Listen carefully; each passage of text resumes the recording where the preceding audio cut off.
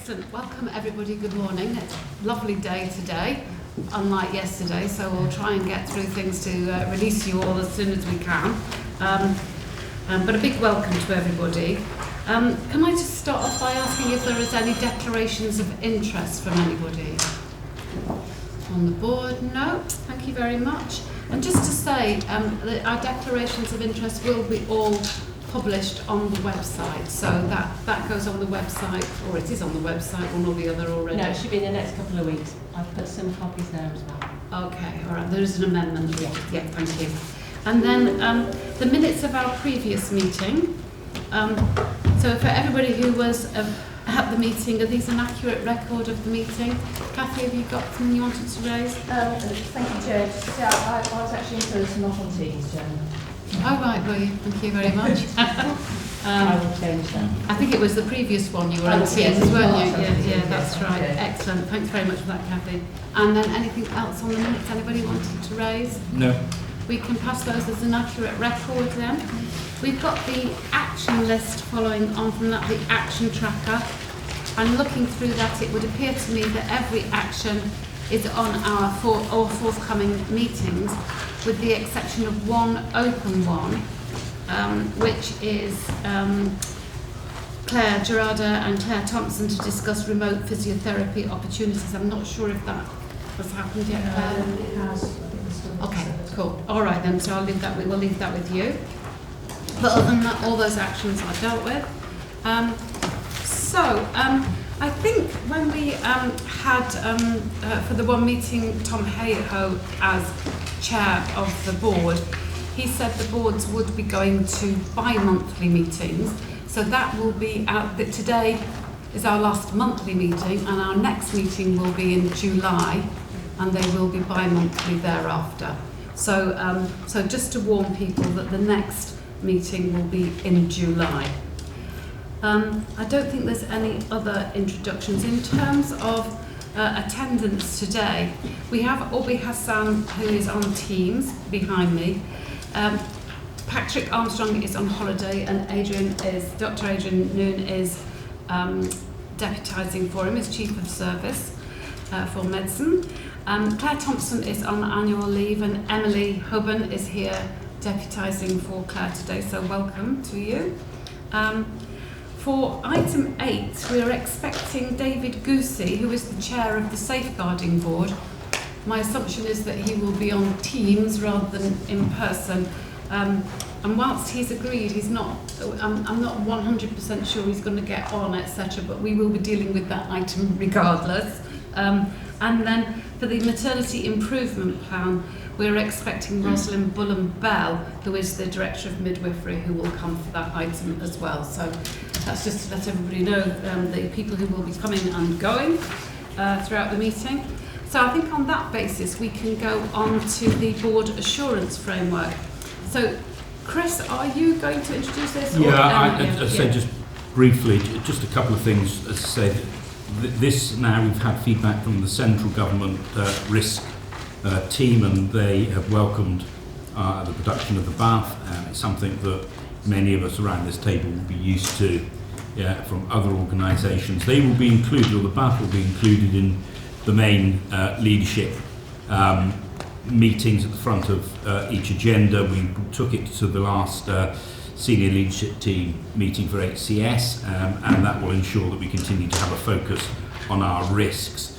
One of the things about good practice here is reviewing at the end of the meeting, and in some ways Emma and I can do that to see whether anything that is discussed has had an impact one way or another on the BAF, which we'll do at the end of, say, each board meeting, but also each senior leadership team meeting as well. So I don't know if there's anything else, Emma, that you want to say on that. I think it's just about keeping everybody's focus on the BAF, and as we go through each kind of business item, just make sure it's there in the back of my mind, and is anything that we're discussing, does that have a material impact on any of the objectives and the risks to reaching those. So it's about keeping it a live tool, it's proactive, just in our continual kind of risk management process. Thanks, Emma. Yeah, and I think the main thing there is that the that if you look at the areas which are scored as high-risk areas, they are all covered on the agenda. So I think that is the main issue really for us today. So that's excellent. Thanks very much indeed. So Chris, over to you for your Chief Officer report. Yes, thank you, Chair. Can you hear me without the microphone? I'll pass you my Yes. motion. No, there we go. Oh, God, I'm too loud now. So getting quieter. Okay. As always, my report is an attempt to summarise some of the key issues facing HCS in the previous month of April, but as we're at the end of May, I'm touching on some of the May issues as well. Just to say, we don't have, obviously, Bill Nuttall with us as our interim workforce director. Bill, for personal reasons, had to return to the UK. However, I am pleased to report that we have appointed a replacement interim director of workforce by the name of Ian Tegadine. Ian starts with us on the 4th of June, so we'll be at the next board meeting. So that's good news, a very experienced HR professional. Change programme, you'll see in my report that, and hopefully many of you will see through the media, that we launched our anti-racism campaign across HCS.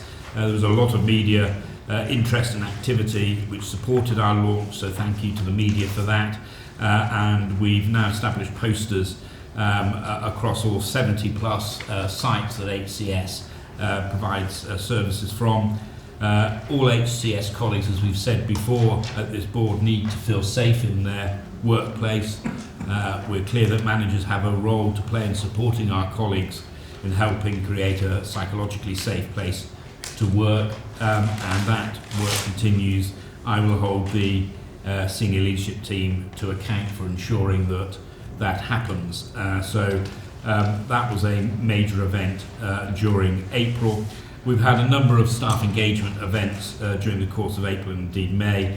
I personally visited the Adult Day Centres at Sandybrook Day Centre and the Hollies Day Centre in Gorey to meet colleagues and talk to the clients of those services there, and I was very impressed with the motivation and care that was being provided. The April HCS Talks was attended by some 52 colleagues, and this time we did it and held it from the Five Oaks estate, so a bit of an outside broadcast for us, because normally we do that at Crow House.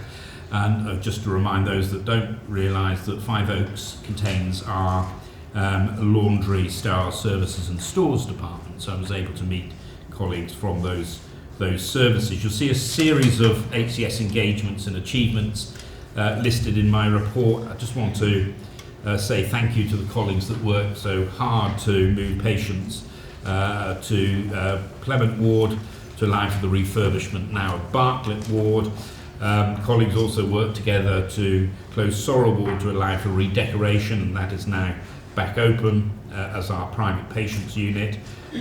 Colleagues have been invited to attend the new healthcare facilities drop-in sessions to hear and provide feedback about the future delivery of the new healthcare facilities in Jersey. And finally, HCS had a very successful day celebrating 100 years of nursing education. I think many in this room attended. We started in Jersey giving accreditation to train nurses back in 1924, so some time ago now. So that was very successful. Another success was the move of Samarais Ward to St Ewolds. That's happened without event, and everyone is safely transferred and operating from that new facility, and that happened on the 14th of May. Very pleased to welcome the bailiff and indeed the minister and his team on the 5th of May when they formally opened the refurbished maternity unit, and I'd like to thank everyone that was involved in arranging that, and we were able to show colleagues and others the facilities now in a much more modern state than they have been, and it's from my point of view a much improved environment for women, so again a big thank you. Patient experience complaints, again we've seen a noticeable decline in the number of formal complaints and an increase in the number of compliments. The trend continues, we've seen this before. We have 53% fewer complaints compared to the same period of last year, and that is very much, I think, related to the proactive approach that the PAL services is taking.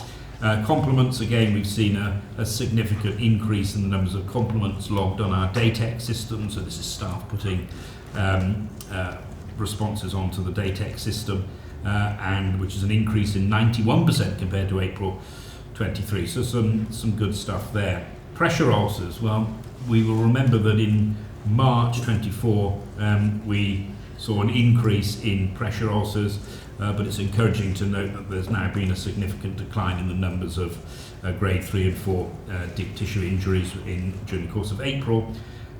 We did a deep dive on the cases in March, and there was evidence of pressure damage due to anti-embolism stocking use, and there's been significant learning from that, and education from these incidents has taken place, and I think has now contributed to the reduction that we saw during the course of April. Falls resulting in moderate or severe harm was 0 in April, and infection prevention and control, we continue to see low levels of infection in HCS.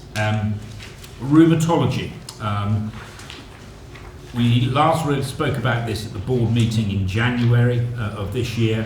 I'm just reporting the progress that's been made since that meeting. Outcomes from the reviews that were reported in January, except for the inpatient review as this was ongoing, but this is now being completed, and the detail of all inpatients who have not been seen by another clinician since the treatment by Dr. X and Dr. Y have been sent to the relevant GP, or letters have been sent to the relevant GP to consider whether a hospital referral is required.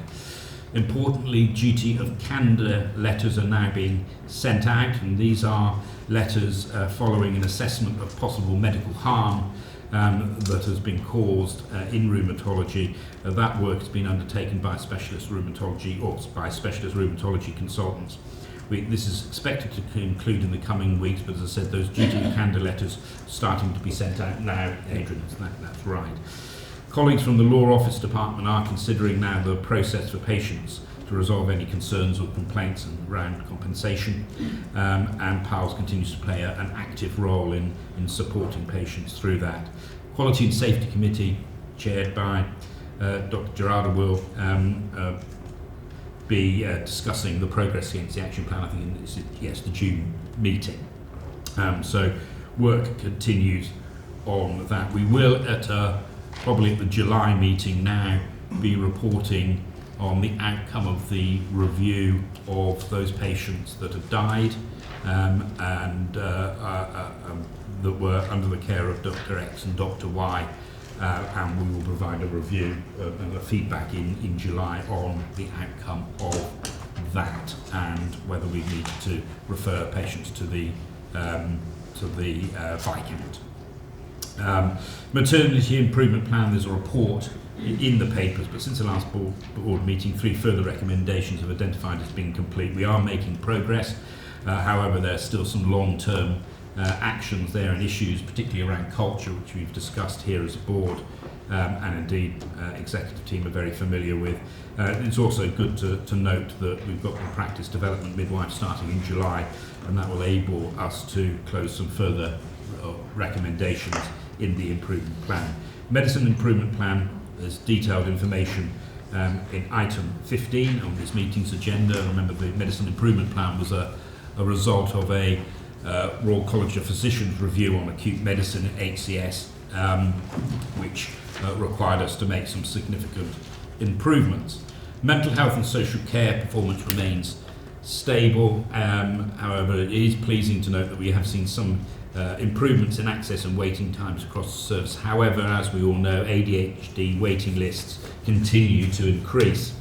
We have managed to recruit a part-time senior clinician with a specific focus now on reviewing the ADHD waiting list and increasing diagnostic capacity, but this is in some ways a bit of a drop in the ocean considering the size of the ever-increasing ADHD waiting list that we have.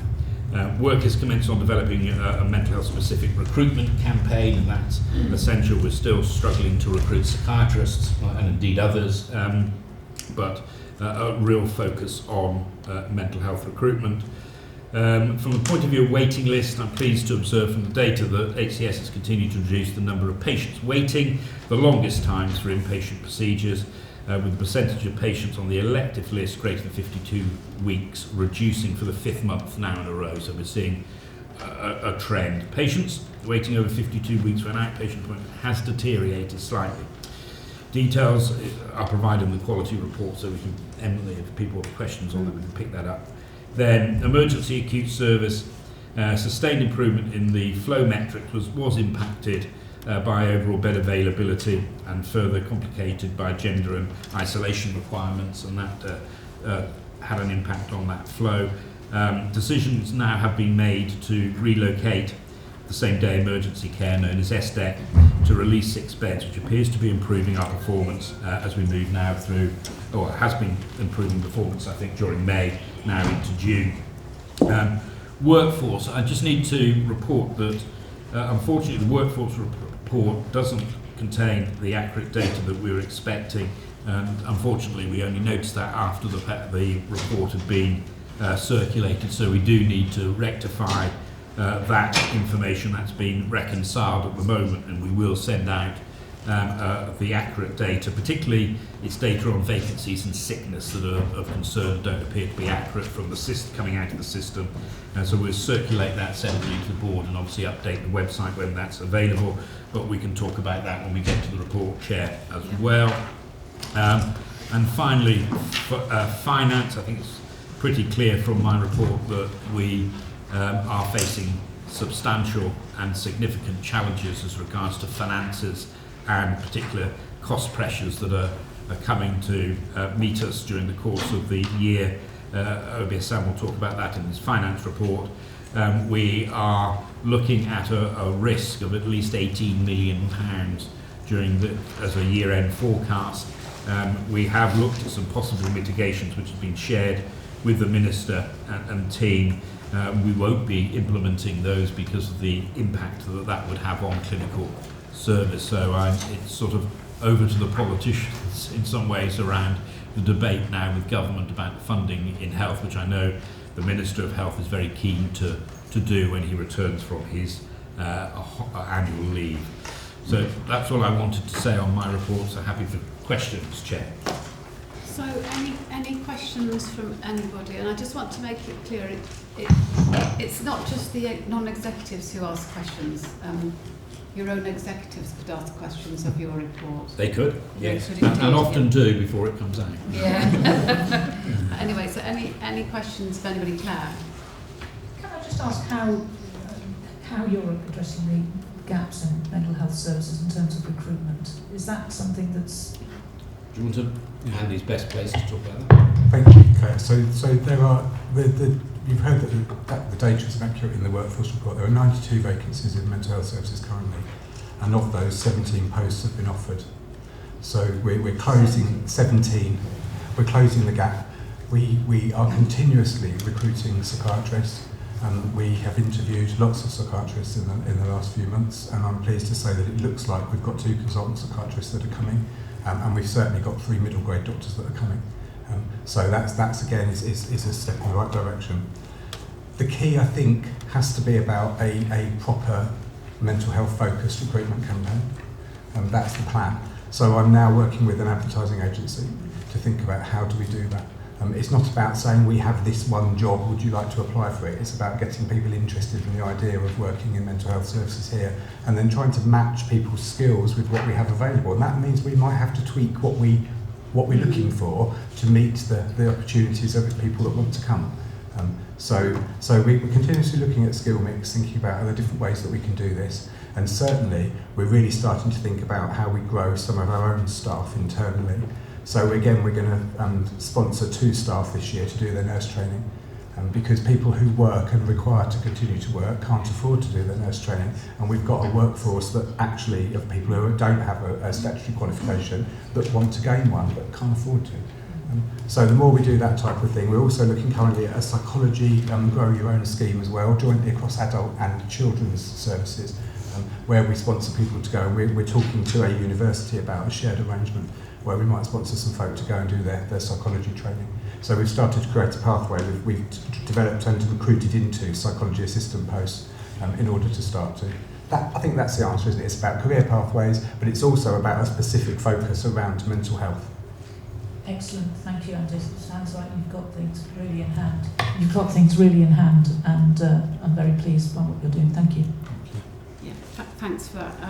So the question I had, Andy, was around the ADHD waiting list. So what percentage of these people, young or old, are actually then accepted as having ADHD once they are, I just wanted to know just how accurate the referrals are. So we have a process where an initial screen takes place. So the then conversion rate once people are seen for a diagnostic assessment is high. It's higher than 90%. But the clinician in the service would say that that's because things that are unlikely, people that are unlikely to receive a diagnosis, are screened out at the screening process. So if there's a concern, for example, that something else is going on, the team will ask for someone else to see the patient first before they do the ADHD assessment. The problem that we've got now is that the waiting list is so large that we need to go back and review it from the beginning. Firstly, to think about, do we prioritise this waiting list? But also to make sure that everybody that's on it should still be on it, frankly. Yeah. So that's why we've employed a very senior nurse who has a specialism in this area, who's going to work for 2 days a week for us. And her first task is going to be to review the waiting list and help us to understand exactly who is there and is there anything else that we can do with them. But simply, we are still in a position where demand hugely outstrips clinical capacity. Yeah. So do you think we'll ever get back to a near normal state on this, or and if so, when? Because what we don't want to do is constantly questioning you about it every couple of months. If in fact you're saying to us, well, the way we're working with this and our resource, this is going to be like this for about a year, but I should be able to get it down by then. I think it would be just useful for people to know. So I hope so, but I don't see a clear way at the moment to get us back into a normal run rate. Simply without significantly increasing our diagnostic capacity, it feels like we're continuously playing catch up. Now this is very different to if you take the waiting list for a dementia assessment, for example. We've done a piece of work with the clinical team, we've reordered how they work, and now we're on a good trajectory by the end of the year to be back to a 6-week referral to diagnosis position, which is great. That's where we should be. We don't have such a clear plan yet around ADHD, simply because we do not have the diagnostic capacity. And as I say, and it's not just a money. You could throw money at this, but we can't find the people. That's the real challenge. It's not a financial one. More money would be good, but there's no point sitting on more money and just not being able to recruit the staff, and that's been our biggest challenge. And I know it's cold comfort, but this is an international problem. Yes. This is not a Jersey problem. This is, in the UK, these services have closed in places to any kind of referral simply because they can't keep up. So just, obviously the system will be different here than it is in the UK, but at what point, if it is a young person and they have not had a confirmed diagnosis, what happens about their educational and health and care plan? So the waiting times are very different in children's services, so it's important to say Right, that. So okay. they're under a year. Oh, right. So they're still high, and children's mental health activity in relation to neurodiversity has jumped through the roof, frankly, and it now accounts for the vast majority of CAMS activity, which is very different to 5 years ago. But most children are being seen within a reasonable time frame. Okay. This is the adults. adults. Okay. That's right. All right, thank Yeah. you. Okay. Right, thank you for that. Any other questions from anybody? No, I think on that basis then we can move on. Thank you for your report, Chris. Thank you. And if we go on then, we're on to the, I think the next report is the safeguarding report. Is our safeguarding board chair present? And apologies, I've just sorted out my tech problems. They're not due to come till 10:20. Right, in that case we'll move on to the quality and performance report then. And I think that's yourself, Emily, is it, who's presenting that one? Yes, thank you, Carolyn. So I'm presenting on behalf of Claire Thompson. So I'll take the paper as read. However, just wanted to highlight a few key points on there. Just to say it's regrettable, unfortunately, we still have long waits within our elective care services. I just wanted to assure the board and our public across Jersey that we are constantly reviewing our long wait patients through a clinical review and validation as well. We have not seen any harm come to any of those patients so far. What we are doing, we've had some good improvement across certain services, and those are the services that we have been focusing on with the waiting list initiative schemes. So the cataract pathway, which we introduced just before Easter, where we are sending patients off island to receive their cataract procedures over in the UK, in Southampton. We've had some great feedback, and patients are actually asking to go for their second eye as well, which is really positive. And that is going to bring down the waiting list on the ophthalmology pathway. We continue to see an overall reduction in the whole of the outpatient waiting list, PTL.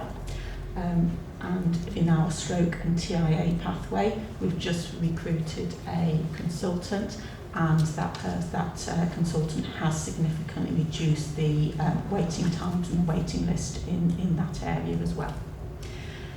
We also see a significant improvement in inpatient waiting list, and especially for our long waiters, our over 52-week waiters for our inpatient pathway, and we continue to focus on those over the next few months. And our theatre utilisation has improved as well across, so it's the fourth month in a row that our utilisation of theatre capacity has also improved. But there's still a long way to go across all of those areas. The services where we have seen less of a positive improvement are those services that we have a capacity issue, mainly due to lack of resource, so consultants. So, for example, gastroenterology outpatients. We continue to see a bit of a long wait in those services.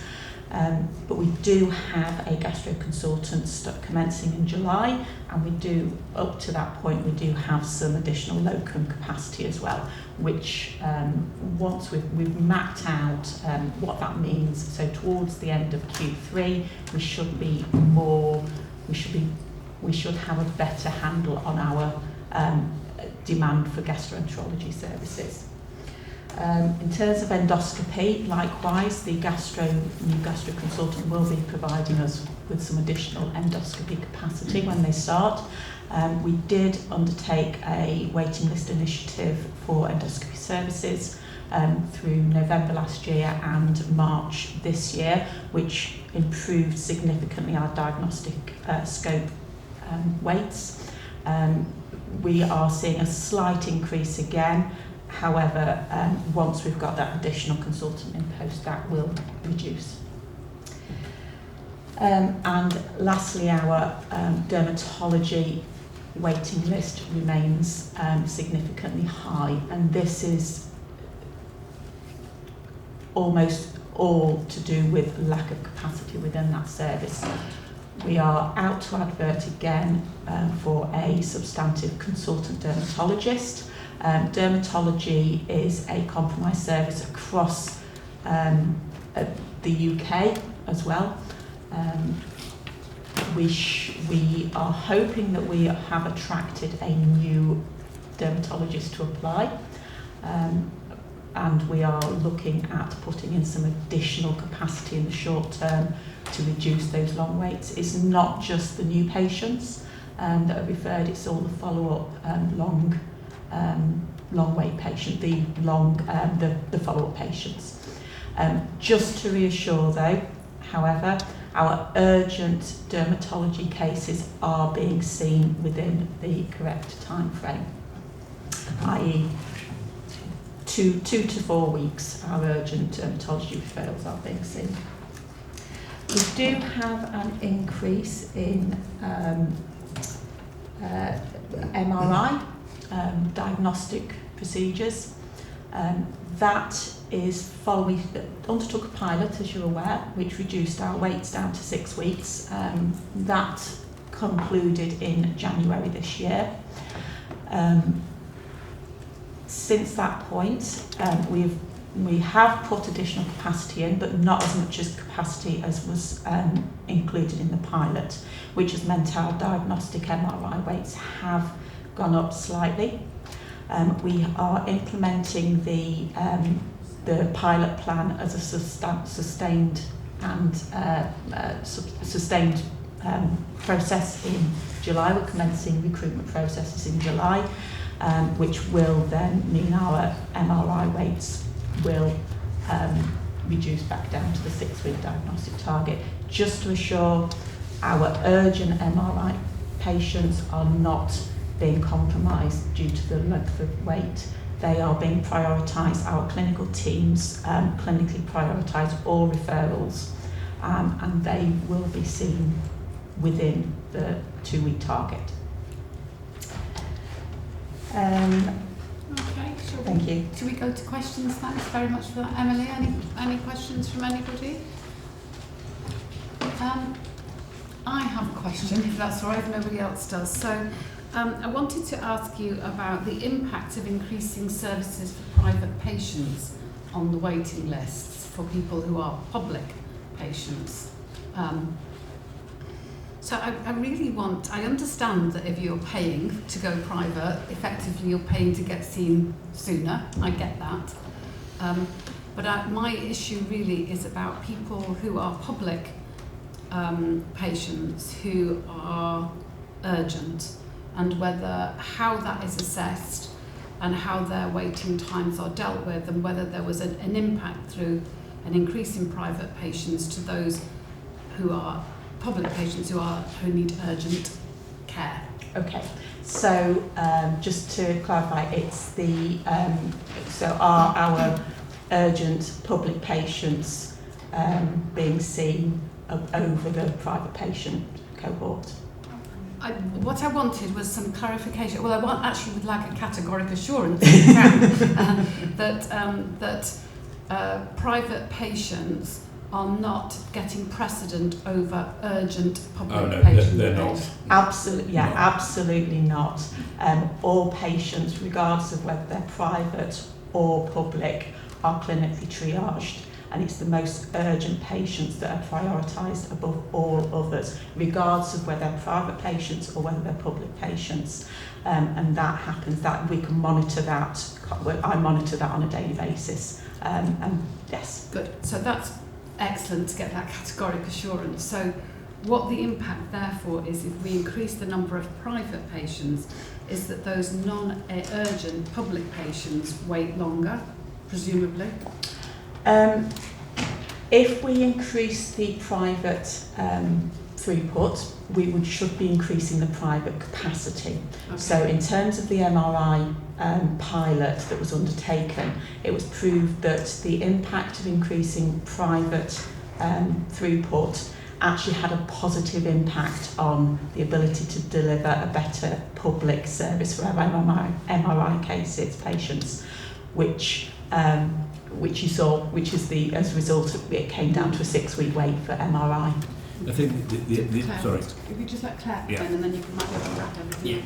Yeah. Emily, thank you for your report. I don't expect you to be able to answer this, so forgive the question, but every board meeting we talk about MRIs as if there's a special group of patients called the MRI. They aren't. They're patients with musculoskeletal conditions, with cardiac conditions. And I just wonder what the conversion rate is, i.e. how many people who have an MRI, that finding is found, and also how many of the population are having MRIs, because I get the feeling that everybody I meet has had an MRI. And as a GP, I've only referred in 35 years 2 people for an MRI directly. It's not that only 2 of my patients have had an MRI. And I think what you're doing, not you, but I think what's happening is we're dealing with the MRI as if it's something that's a special condition. It isn't. It's a diagnostic test that I think is being overused. I've no evidence for that. But I think rather than continuously look at how many people are getting MRIs, we just say, why is so many people getting MRIs? How many are positive? how many are false positive, in other words, going on to further investigation. And there is method to my madness, because there is a paper that came out of England's A&E departments that showed that last year £5 billion worth of unnecessary investigations took place through A&E around MRIs and other diagnostic tests. So I'm not expecting you to answer this, because I suspect that's a radiological question, but I just want to put that it's not an MRI issue, it's more than that. Yeah. So actually, Emily, I think it'd probably be helpful for Adrian to respond to that. Yeah, of course, and you make a very valid point. I guess as an emergency physician, emergency medicine physician, negative tests for me are often more important than positives, because they'll enable me to send somebody home safely. So head injury is a good example, and I read that paper was very interesting. That actually quite often somebody will meet a criteria for a scan. In my heart of hearts, I don't think there's anything going on, but that scan will reassure both me and the patient that it's safe to go home. So the value of negative tests are there. It's like any bit of kit, isn't it? Electric cars or mobile phones. Once they start being produced, people use them. So as a doctor, it can be very useful to have high-level imaging, MRs in particular. But I think the other point about that is, and I think where you're trying to get to, Claire, is that generates a generation of doctors who are reliant on it. And that means that you begin to lose your clinical judgment, in my view. So I think it's very important that we do use the technology, that we have proper protocols and guidelines for using that technology, but we don't lose the art of medicine. And but that report also said that those £5 billion of activity results in bed blocking, and it's the whole system gets. So I accept as a GP that negative tests are important, and I suspect through A&E it's slightly different, but most of this is not generated through an A&E, otherwise they wouldn't be on waiting list. And very quickly, you make a very good point. I've got a patient sitting on a ward waiting for an MRI. Yes. Now that's a very expensive thing to do, isn't it? Chris, did you want to come in more generally? No, I think that's fine. No, that's fine. So sorry, Kathy. Chairman, it's with regard to the qualitative impact on the non-urgent patients with regard to the private capacity. The medical director and the chief nurse have now requested for the monthly clinical governance reviews from the surgical division, from a patient-by-patient deep dive to actually ensure that there's a qualitative assessment on the performance assessment, so we get that triangulation, and that's due to start next month. That is really good to hear, and I think what it would be useful to get an update, and just a sentence, whatever, is if there's any kind of mismatch that comes out from that. Yes, exactly, to ensure we have that internal scrutiny of our own. Yeah, absolutely. No, that's really good to hear. Thank you very much for that. Anything else for anybody else? And I think we should say, Tony, I was going to say, just to finish though, we should say that it is good to see some of the waiting lists coming down. And I'll come on to my final question on that, but Tony. Yeah.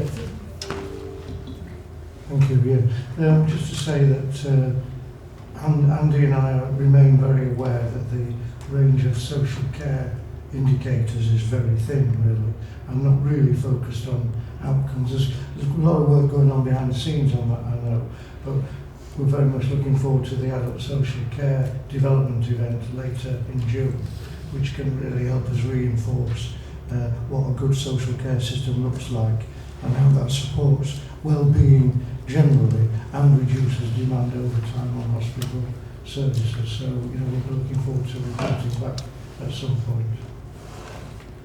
If I could just pick up on that then. So I think that we need to then take that a step further and think about how we're using some of the social care indices around community care. So if you think about re-enablement and rapid response, actually some of the social care indicators would really help us to understand where we need to focus our efforts in that regard. Admission avoidance is another example. So I think there's a piece of work that we're doing that's looking at the social care indicators, but it needs to be more than that. It's about the out-of-hospital indicators per se that we need to be thinking about, because this report is still very hospital-focused. Indeed. All right. So we'll be talking about the whole of the out-of-hospital agenda later in the meeting as well. Yes, we will. Yeah, okay, lovely. Thanks. Thank you for that. So my final question on this is, So it's really good to see the actions that are being taken, and it's really positive to see the reduction in over 52 weeks. That's all very positive.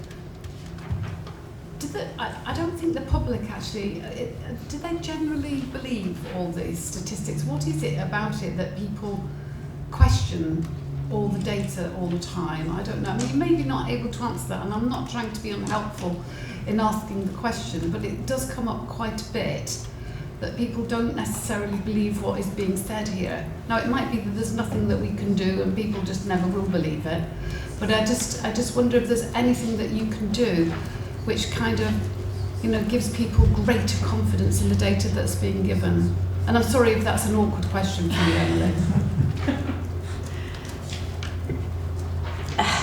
Yes, thank you. You could always let Chris hand over to Chris. I think it is, data's always, it's a bit like the debates that we see on TV about the cost of living, isn't it? That you hear people talking about the cost of living coming down, the economists giving numbers and percentages. It may not feel like that to me or you, that it's getting better. So I think it depends on your personal circumstances. I think from the point of view of the data, we have to check the data, review the data. It's the best data that we've got. So I don't think there's anything we can do about trying to convince people the data's right or wrong. I think it's the data that comes through the patient administration system. That there are a number of things that sort of, I guess, safeguards, because clinicians themselves will have a sense whether the numbers feel right or wrong. So if there is a very strange variance in the numbers on the waiting list, that will be picked up because people will notice it. But I think, Emily, we've no reason to believe this information is inaccurate at all. No. Okay. All right. Well, thank you for that. Again, thank you for that reassurance. And we just need to keep working on it, don't we? I think everybody will believe you when the waiting lists are really low. Yes, won't they? And that's where I want to be. Yeah, exactly, of course. Thank you. All right then. So we still don't have. Not yet. No. Not. So we'll go on to the work. We'll go to the workforce report then, and that's you, Chris, isn't it? Yes, as I say, we don't have our workforce director with us. As I say, I've mentioned that we need to look again at the data, particularly around vacancies and sickness. But I think probably just draw your attention as a board, maybe to ask questions, the planned recruitment activity on page 10, and Andy's spoken about that in mental health. The exit interviews on page 11, it gives an insight into some of the reasons that people leave us. That will actually be picked up as a substantive item on the People and Culture Committee, I think, that you chair, Carolyn. So that's in there. Strategic workforce planning on page 12. It's a really important issue. It's something I picked up with other colleagues across government because we haven't made the progress that I would have wanted to see. We discussed it last year. There are various pieces of work going on in central government, work associated with the business case for the new hospital facilities programme, but we need to bring all that together. So I'm pushing now with working with others, senior civil servants in other parts of the system, so we have a clear plan about how we're going to develop our strategic workforce plan. So this isn't the tactical plan about how many psychiatrists we need this year. This is about the future, and the new hospital facilities programme is often talked about because there are areas where we're going to have to increase our staff because of dual running, but it's not the only thing, of course, that will impact strategically on our workforce. The changing demographic, the changes in medicine, changes in training, changes in the commissioning of training in the UK, a whole range of things that are so important. But that work hasn't started, and it's not a piece of work that we can do on our own. It's currently not resourced. That's the other issue. There's no resources that we or other parts of government have to put into this. This requires a level of expertise. It's a skill to develop this, so that's really very important.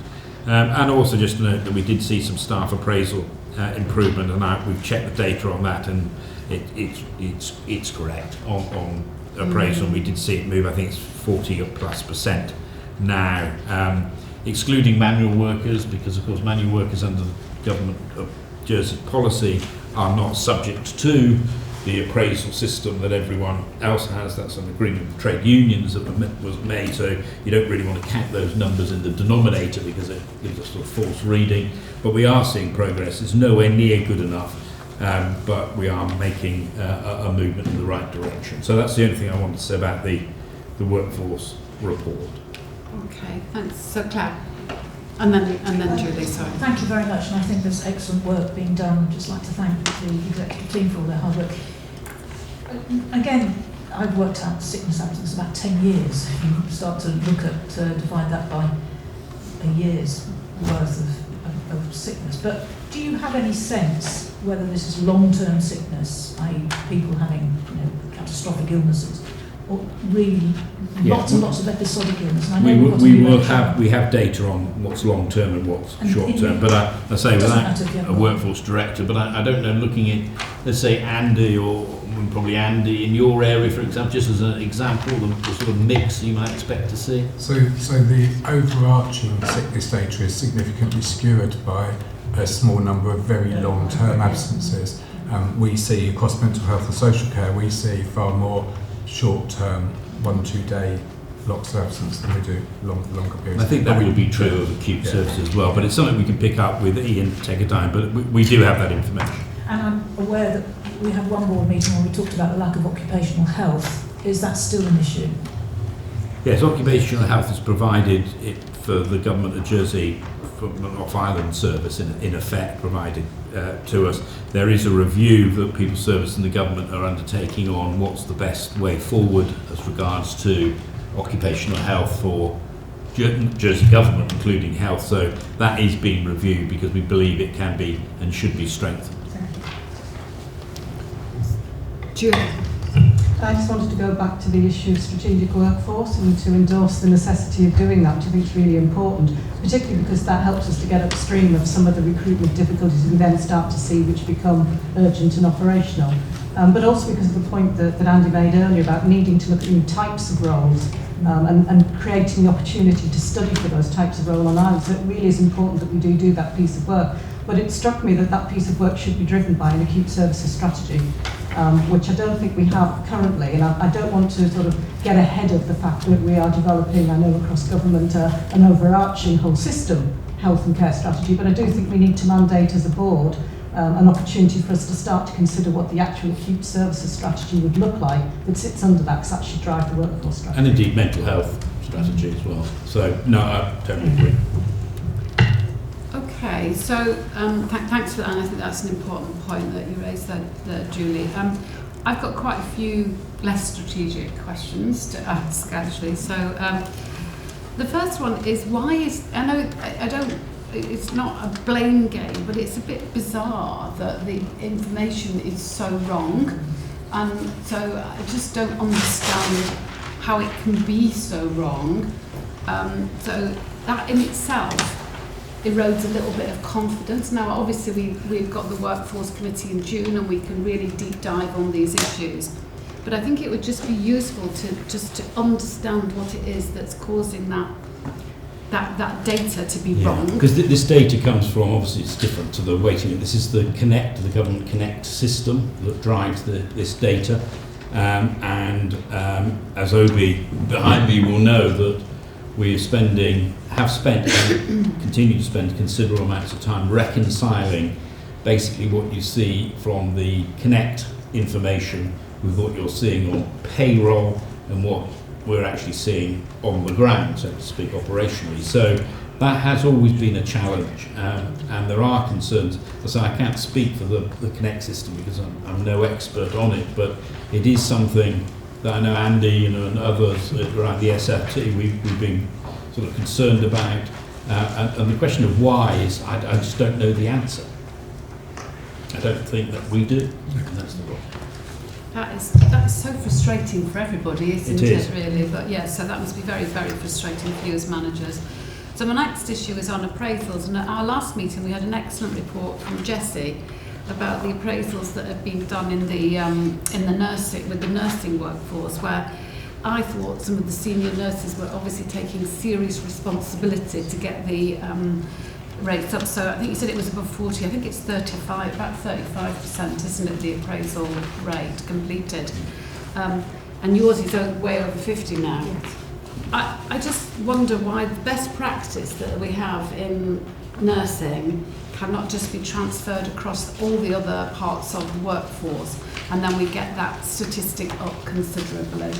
And I'd like us to do that if possible. Obviously, we're an advisory board, I can't direct, etc. But take it as a direction. Yeah. Take it as a direction. But because you're absolutely right that we do need to, and again, this is the Connect system again, so operating that, I think, has been a challenge for some, including me.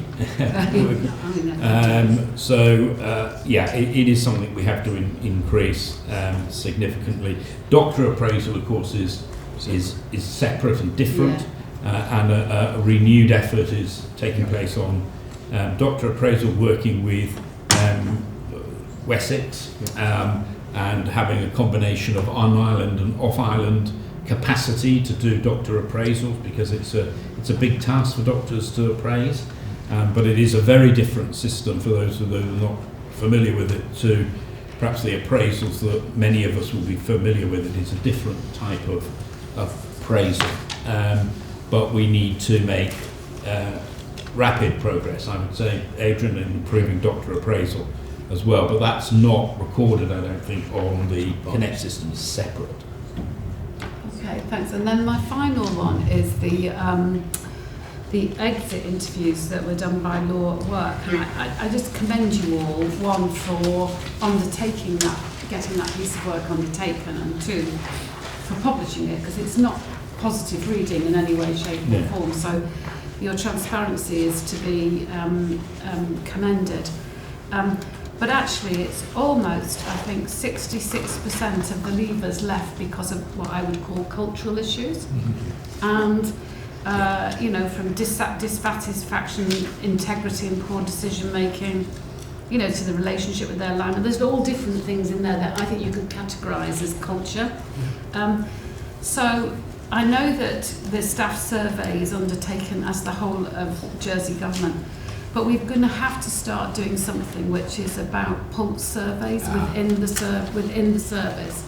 And it would be good for us to know where those pulse surveys are being targeted and what the outcomes of those pulse surveys are as well. Cheryl, it looks like I've primed you there. Not at all. Thank you. No, absolutely. Really important that we engage with staff and understand and get that feedback from staff. This is development that's happening currently on the 3rd of June, which is next week. We will be launching our pulse survey, which will be 6 statements.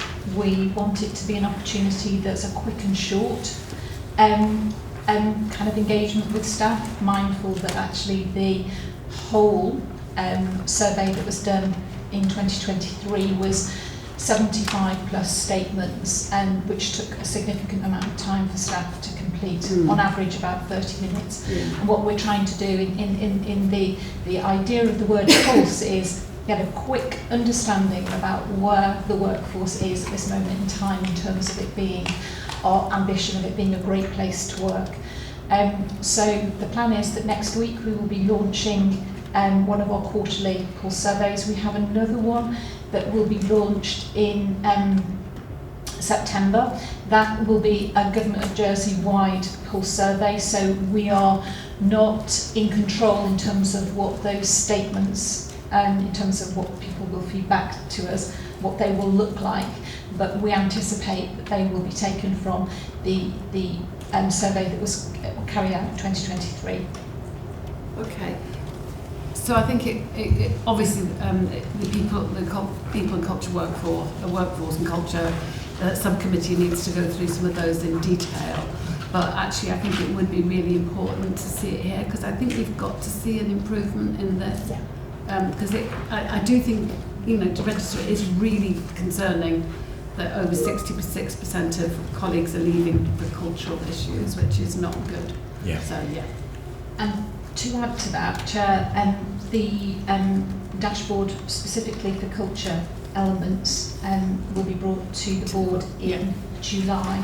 So that will look across a spectrum of areas that will have a focus on workforce. It will have not just about exit interviews, but it will be looking across a wide spectrum of different elements in terms of culture. Great, thanks very much for that, thank you. Okay, I think there's no further questions on that report, no? Good, so do we have... Yes, we do. We have... sorry, Tony, just before we go on here. Yes, sorry, I ummed and ahed really. In a way I'm repeating what we said last time really, that we've got to keep doing the right things on leadership development and so on really, but at the end of the day how staff perceive those things is so critical, and it's so easy for organisations to think we're doing the right things but they're not necessarily perceived as that by the people on the front line really. But a reminder again, the good news on this is this incredible kindness experienced by patients, which was really, really good to hear. Not room for complacency, of course, but that's what really counts. That's what we're here for, patients' experience, and that's good, or appears to be, at least on that, measure. But there's no room for complacency. We've got to keep doing the right things and understand how staff experience what we're doing. And surveys is okay to an extent, but there's nothing to replace conversations as well, and sharing what we learn. Great. Just a call to arms. Yeah, no, definitely. Thank you for that. Good. Sorry, Emma. Yeah, no, I was just going to say, so we have David Goosey and Alison Runwith who have joined for this safeguarding item. Sorry, so are we going to have an introduction first and then David, or is David going to come in first? Yeah, no, we can do the presentation. Do the presentation first and then we'll do. Okay, so it's over to David, and you're very welcome. I think your presentation. Yeah. Sorry, okay, sorry, David. So over to you, Andy and Jessie. We're Jessie, doing this in yeah. two Okay. handoff. Okay. And we'll simply battle through this. So our presentation is to provide the board with an understanding of the current safeguarding arrangements in HCS and how they relate to the partnership board, and then I think that David will say something about the partnership board and how that works. So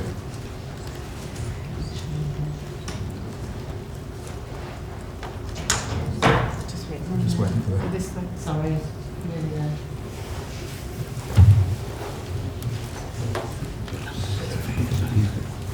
So it's probably useful to start by reminding folk that there's two parts to this structure, the health safeguarding team and the safeguarding adults team. And Jessie has responsibility for the health safeguarding team, and I have responsibility for the safeguarding adults team. And clearly we work very closely together because there's a significant interface and overlap between those two things. So hopefully... Yeah, sorry, I just want to make sure I share the right screen. Thank you. Okay, so just thought we'd start with putting up the health safeguarding team's vision statement for everybody to see. First, we're waiting for it to go up. I'll just read it out. It's to safeguard and promote the welfare and well-being of babies, children, young people and adults at risk of abuse and neglect across the health economy. Health and Community Services is committed to safeguarding all patients, service users and staff, emphasising safeguarding as everyday business and not a choice. And that's a vision statement for the health safeguarding team, and that's used at the health safeguarding committee meetings.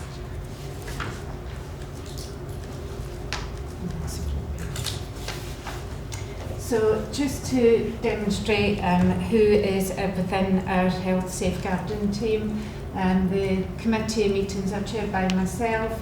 We have a designated nurse for adults and children, and then we go into named nurses and safeguarding advisors both for children and for adults, and we have an administrator to support the team.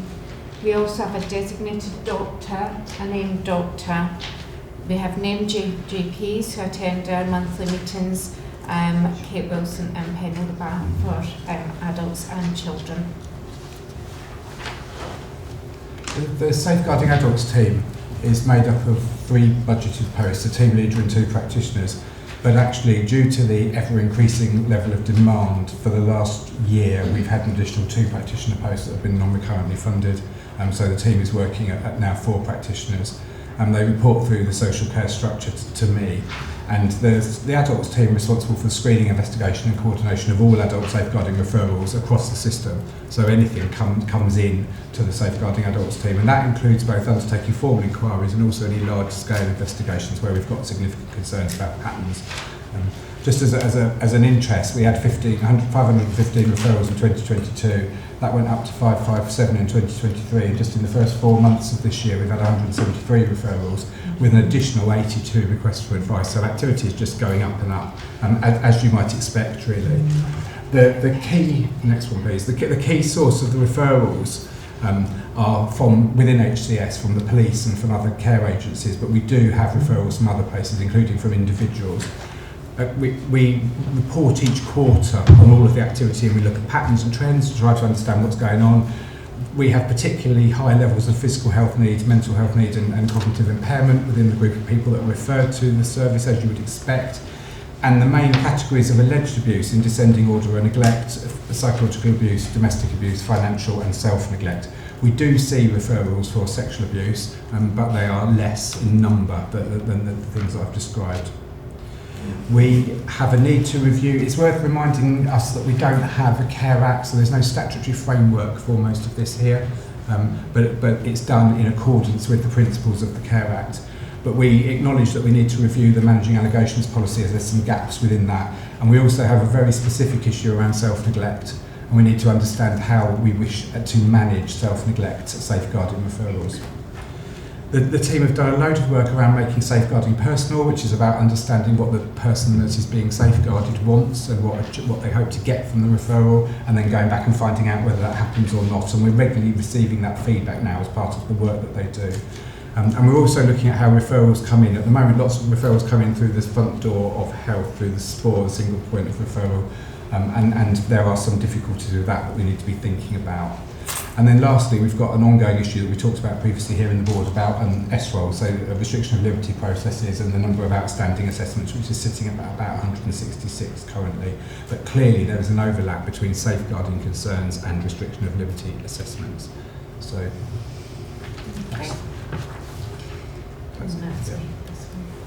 Excellent. So the Healthguarding Committee structure, the Safeguarding Committee was established in 2022, and the purpose of that committee is to provide assurance across HCS on safeguarding activities and emerging trends. So the committee meets monthly, and we've divided the structure into bi-monthly meetings. So one of our monthly meetings we monitor and review actions and recommendations from our serious and rapid case reviews, ensuring that as a safeguarding committee we are implementing and making change where recommendations have been brought forward. Our second month is our multi-professional meeting, and that focuses on training and development needs. So each of the members of the team will bring forward a report on a bi-monthly basis, explaining where we are with training and development, any issues or concerns that they have. The Chief Nurse and the Director for Mental Health and Adult Social Care both sit on the Safeguarding Partnership Board, and we have a Safeguarding Children's Accountable Officer group in place across government, which reports into Ministerial Safeguarding Group.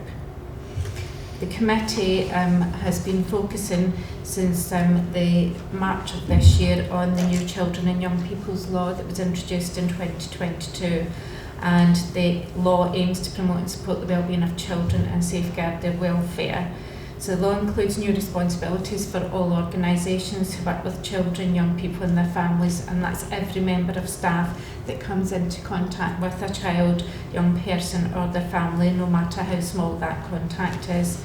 And that requires all our staff to complete training dependent on their role specific. So there's 4 modules of training, and we've been concentrating on getting our staff through the training. It's all online, which can pose problems for some of our staff groups to access the IT systems whilst in work, but that is ongoing work that the committee is monitoring at this point in time. And I've just put up the figures as where yesterday's point. So the main one is the introduction to statutory guidance training, which all members of staff have to do.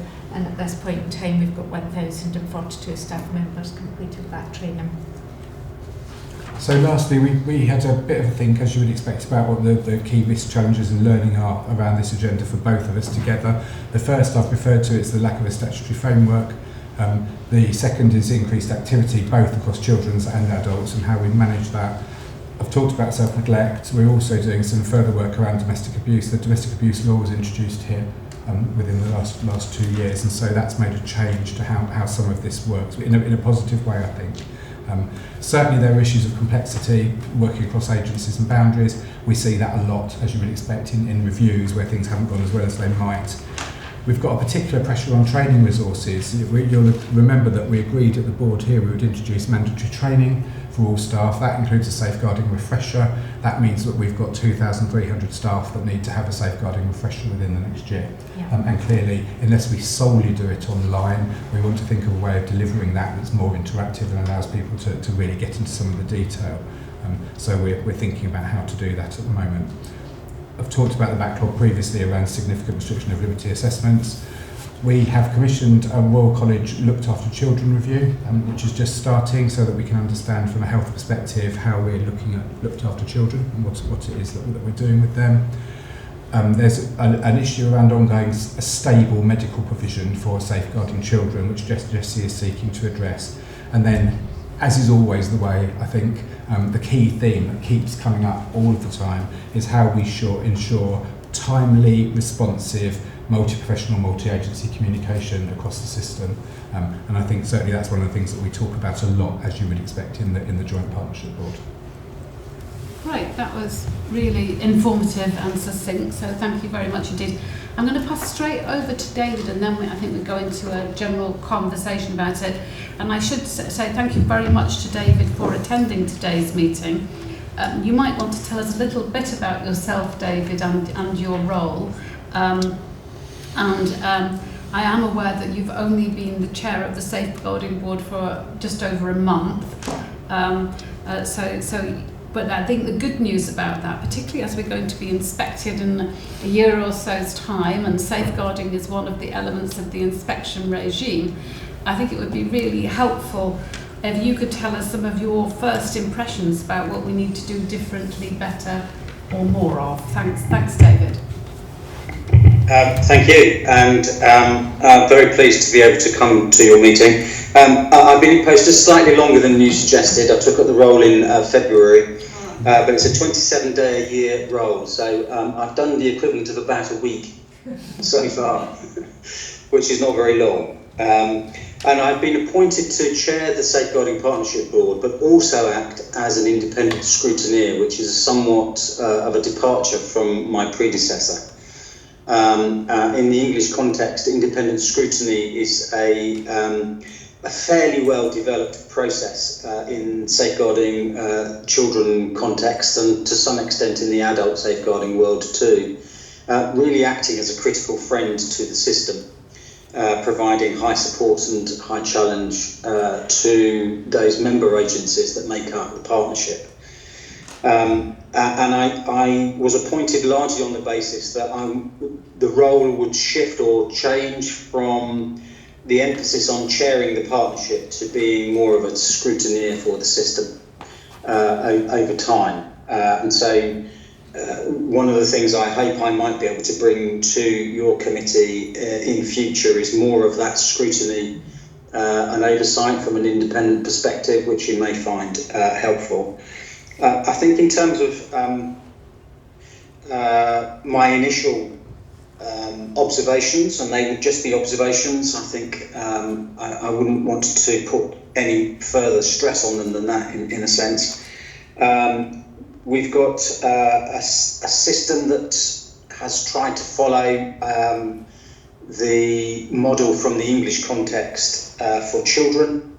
And the new children law, I think, is a vehicle for developing that approach. But as Andy just mentioned, the legislation for safeguarding adults is significantly underdeveloped and does need attention from my perspective. And I think the point that Andy finished up on in terms of multi-agency communication and partnership working is incredibly important. And again, my observation would be that that's where the vast majority of the effort for the partnership board needs to be placed. I would split up the role of that board really into two primary functions. The first of which is to coordinate safeguarding activity across the system for both children and for adults. And the second would be to hold agencies to account for their contributions to that system. I don't think either of those two things at the moment are developed sufficiently. And so further work needs to be done to enhance those two key tasks. Obviously, with the children legislation, there is now an accountable officers group for the safeguarding of children, and HCS is obviously represented on that accountable officers group. In its recent meeting last week, it decided that it probably should do exactly the same for adult safeguarding. And terms of reference were revised accordingly. So I think that's also very helpful. And it needs to be a strategic oversight group, setting the key direction of travel for safeguarding on the island. And to that end, it's currently meeting 6 times a year, but I think we'll now meet only 4 times a year, because I think there is a danger that it can be dragged down into operational matters, which I think is not desirable.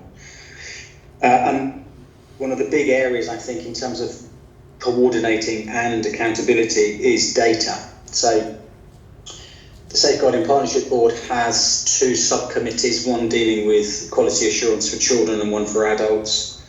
Some data is available for those committees from each of the agencies, but I think it's fair to say that we need to improve the quality of the data that is coming together so that we can see how the system works or doesn't work for those children and adults who need a safeguarding service. And I think it's probably appropriate in terms of thinking about the Safeguarding Partnership Board itself. It's a large board, and I think it's probably too big, and it needs to be made up of the key agencies that have the main responsibility for safeguarding. And again, to really focus in on those 2 principal tasks of coordinating and holding to account. So I think those are my early observations. I think we've got quite a complex system in Jersey, and it needs somewhat streamlining in order to really focus in on, as I said earlier, the safeguarding needs of vulnerable children and adults. Well, thank you for that. Just to say, the safeguarding in terms of our remit as a board is dealt with specifically and in more detail at the Quality and Risk Assurance Committee, which is chaired by Claire. And Tony, as an ex-social worker, or still a social worker, Tony is the non-executive lead on safeguarding as well. So I wonder if I can start with yourselves, really, in terms of any contributions to the discussion. Yeah, thanks for that, Caroline. Yeah, I mean, the emphasis on partnership and holding to account are 2 key themes of what David's just said, and very much kind of echo that from my own experience over many years. And yeah, I'm a social worker by background, and it's kind of, it's like riding a bike, you never lose it really, it's sort of in the blood really. I think 3 things really. I mean, well, we know this is a very complex, critical and high profile area. Get this wrong and organisations can kind of almost fall apart into themselves, lose focus and so on really. Part of it's about getting policy and practice spot on, and I think what Jessie and Andy have shown is the determination to ensure that's the case. Secondly, a bit more complicated, how do we know this isn't a question to you, it's a question for all of us all the time. How do we know that our policies and practices are consistently implemented? And from there, even further, what's the learning from there? And do we have an open organisation with a culture of sharing and learning, whereby our safeguarding priority can be developed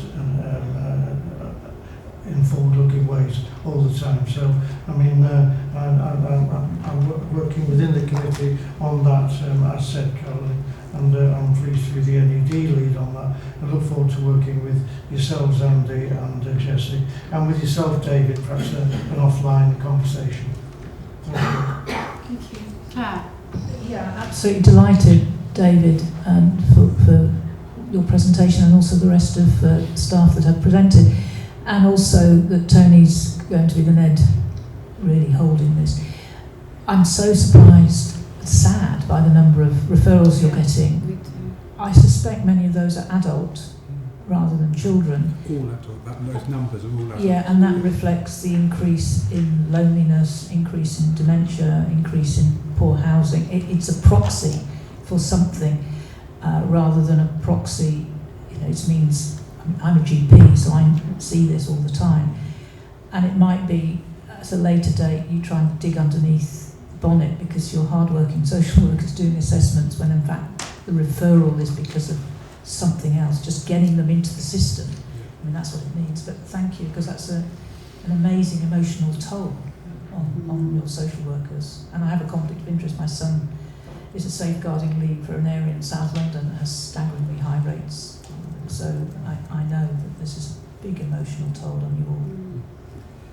I mean, I just want to say, in terms of that number of referrals, you know, having worked in the London Borough of Brent for many, many years, which is probably one of the most deprived parts of London, we didn't get that number of referrals of adults.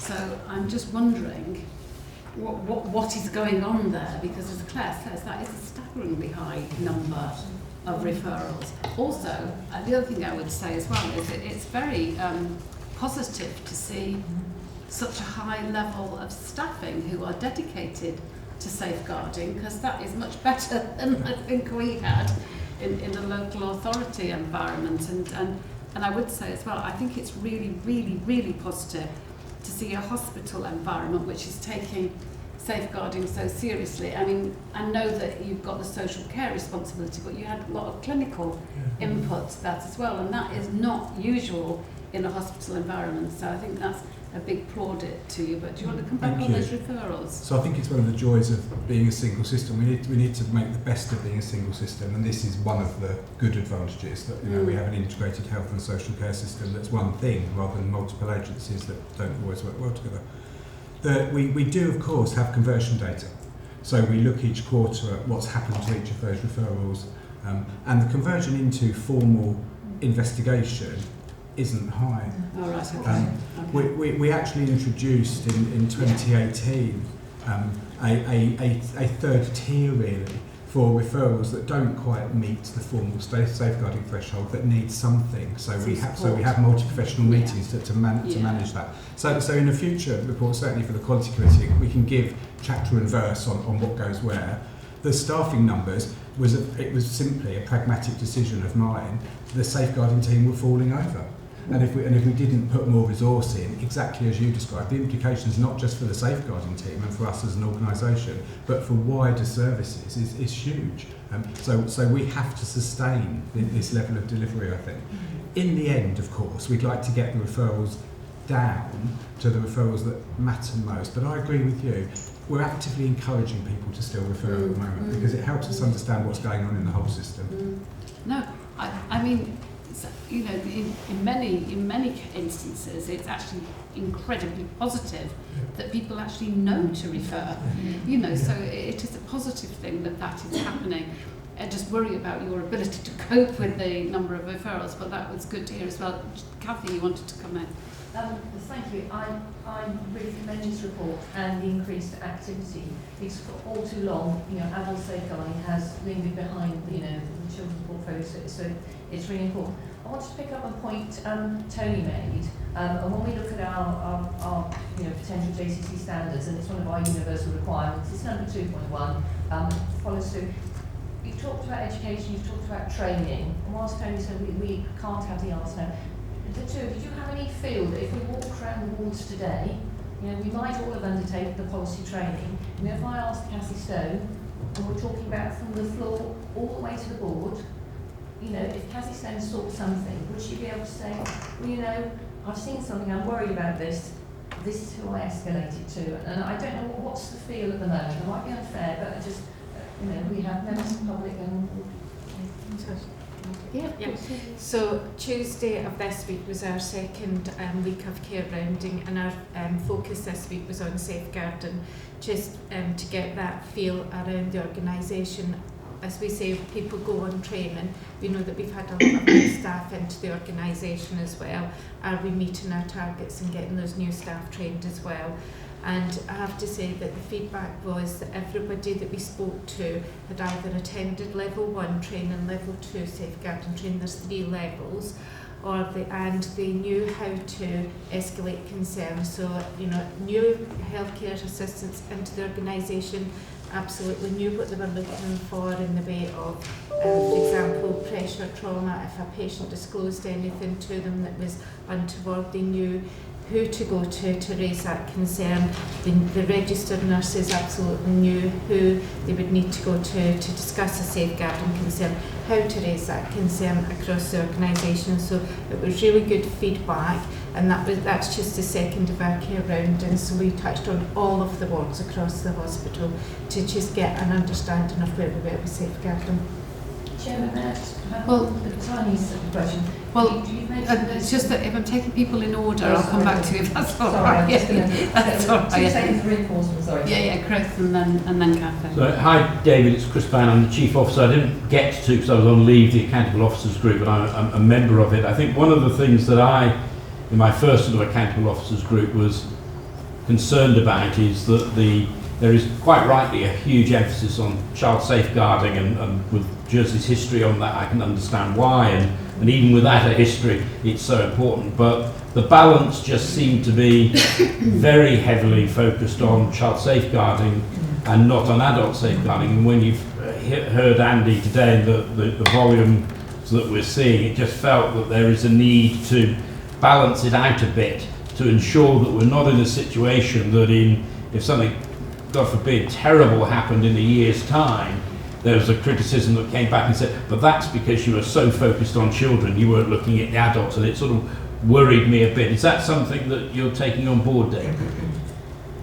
Absolutely. I completely agree with you, Chris, and I think there is something that we have to do quite immediately to address that difficulty, given that the context in respect of the legislation for safeguarding adults just isn't there. We still nonetheless have to address that inequity that you are describing. It seems to me that we've got a situation with the world of children, and if I might just show you this chart, can I share my screen with you briefly? Of course you can, yes. If I can just show you this, I think this is the formal oversight chart for the safeguarding of children in Jersey. Hopefully you can see that. Yeah. Oversight is enormous for children. I go as far as to say there's far too much oversight, and I'm worried about who's doing the doing. What we don't want to do is replicate that, I don't think, for the adult world. But if we had a similar chart that looked at adult services oversight, I suspect it would be thinner, which may be helpful to us, because I think the real effort has to be on who's doing the actual safeguarding activity in the first place, rather than how many committees can we organise to oversee the safeguarding activity. So I think we've got a lot of rebalancing to do from my perspective. It strikes me that the children world is very, very tightly controlled by all of these oversight groups, whereas the adult world is nowhere near that. But I don't think we should strive to be that full of oversight groups. We need to really concentrate on how do we serve those adults who are being neglected or physically abused, so on and so forth. Thank you, David. Yeah, thank you. I completely agree with you, Chris. Thanks for that, David. Kathy? And once again, I do apologise, Chair. Just picking up on Dave's point, the key learning is either multi-professional or multi-agency. Just so you kindly identify that perhaps our nurses knew, during your care rounding, did you have opportunity to discuss with our multi-professional? As I said, we talked about our porters, our doctors, you know, it is everybody's business on safeguard. I wondered if you touched on any other professions on your care rounding. We did. So we touched on everybody that was clinically on the wards at the time. So spoke to domestic, spoke to the clinicians that were available and the AHPs, so not just the nurses. Thank you, Chair. Good. So I think that thank you for that. And it's obvious that there is a huge amount of activity and indeed resource going into safeguarding. But I do think we need to just, what would be helpful, and probably through the Quality Committee, is just to go through what the standards are that the Jersey Care Commission are going to judge us against. And then obviously the Safeguarding Board and indeed the Quality Commission can go through and make sure that you are completely satisfied that every single standard is being met as well as we can. And so I think that's going to be very important for us because, as everybody has said, adult safeguarding is an area which is often underfunded, under-resourced and overlooked. So we need to just make sure it isn't. Thank you. Good, I think on that basis, thank you very much. And David, thank you so much for your time today. And we look forward to seeing you again, no doubt. Thank you very much indeed. Thank you. Thank you both. Good, so thank you for that. We're just about bang on 2 minutes in advance of our time scale, so which is excellent. So we've got a comfort break of 10 minutes, so everybody just has a bit of comfort, and then we'll start bang on. Actually that clock says 5 to, so we'll start at 5 past if that's okay. Thanks.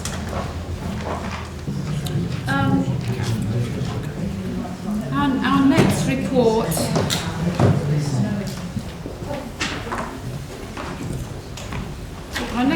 is on finance, and Obi is online, so I'm going to pass over to Obi to introduce the report.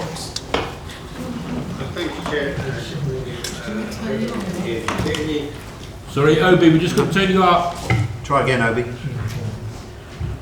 Thank you, Chair. Good morning. I hope you can hear me clearly. Yeah. Thank you. I'm just going to take the finance report and highlight the key points. As at month 4, our financial position is we are at an 8.3 million deficit, giving a headline monthly run rate of 2.1 million. But as we know, there are one-off items, exceptional items in there. Adjusting for those non-recurrent one-off items, our headline run rate remains at 1.8 million per month as an overspend. Within that, the makeup of that, within that number, we have continued to deliver some FRP savings as per our plan. To month 4, we've delivered 2.4 million. Versus a target of 1.84, but important to understand that it's made up of 2 elements, 1.2 million of the original schemes that we targeted, and then we have also been developing, due to the slippages that we know we've been experiencing in some of our schemes, such as recruitment, retention and procurement, due to the resource constraints, we've been developing mitigation schemes. So we have also managed to deliver 1.2 million of mitigation schemes. So in total, 2.4 as a response to those slippages.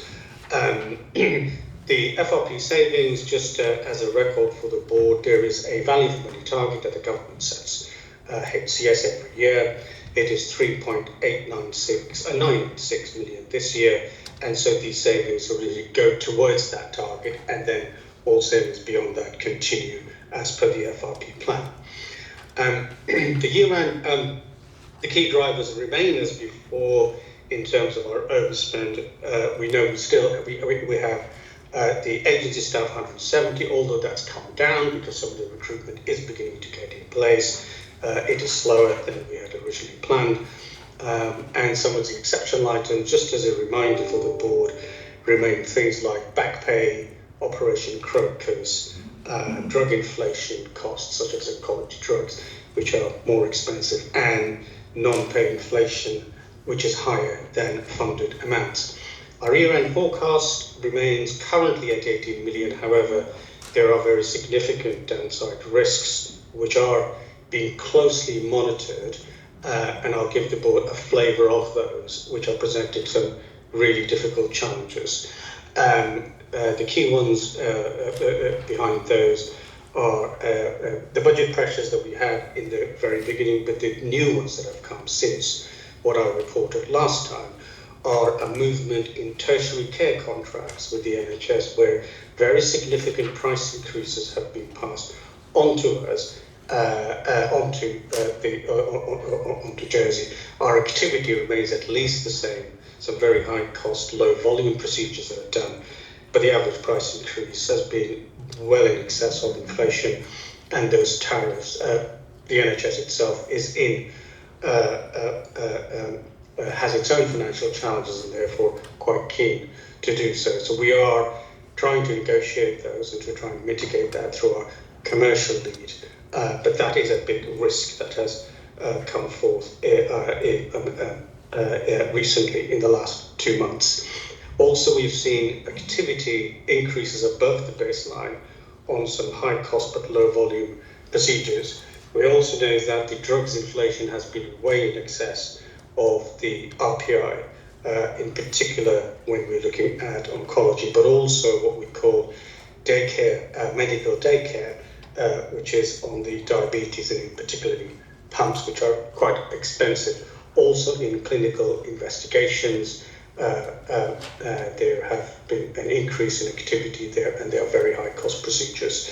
So there are some significant pressures from these areas that have come in, which are proving very difficult for us to mitigate against in the following months.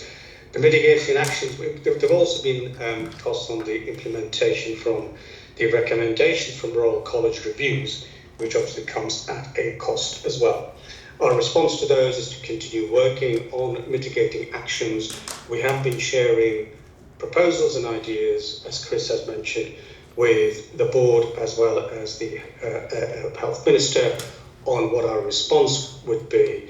But having we will need to, unless the budget envelope moves, we will need to make additional savings this year, for which the board has ideas and is in discussion, but this will ultimately be a political decision as the health requires a appropriate funding settlement. Just to round off, therefore, our position currently is 2.1 with 1.8 underlying. FRP is delivering, although there are slippages, but we're doing so through mitigation schemes. Our year-end forecast, whilst remaining at 18, currently is facing some very significant downside risks, which we are looking to mitigate, and we have ideas on how we go about doing it, but it has to be a bigger decision to be made in the months to come. I'll pause at that and take questions. Okay, thank you for that, Bobby. Does anybody have any questions? I mean, the situation is not changing month on month, is it? So I don't think it would be like Groundhog Day to keep repeating the same conversation about it. Following our last meeting, we did ask, the ministers were given what £18 million worth of reductions would look like. That has now happened. As Chris said earlier, the conversation is now taking place politically. We met yesterday, the non-executives, with the current chief exec of the island, and expressed our concern about the budgetary situation and received assurance that this was being dealt with as a government-wide issue, which is good to hear, rather than just an HCS issue. Obviously, the implications of that are not happy implications for the rest of public services in Jersey, because the government has to balance its budget.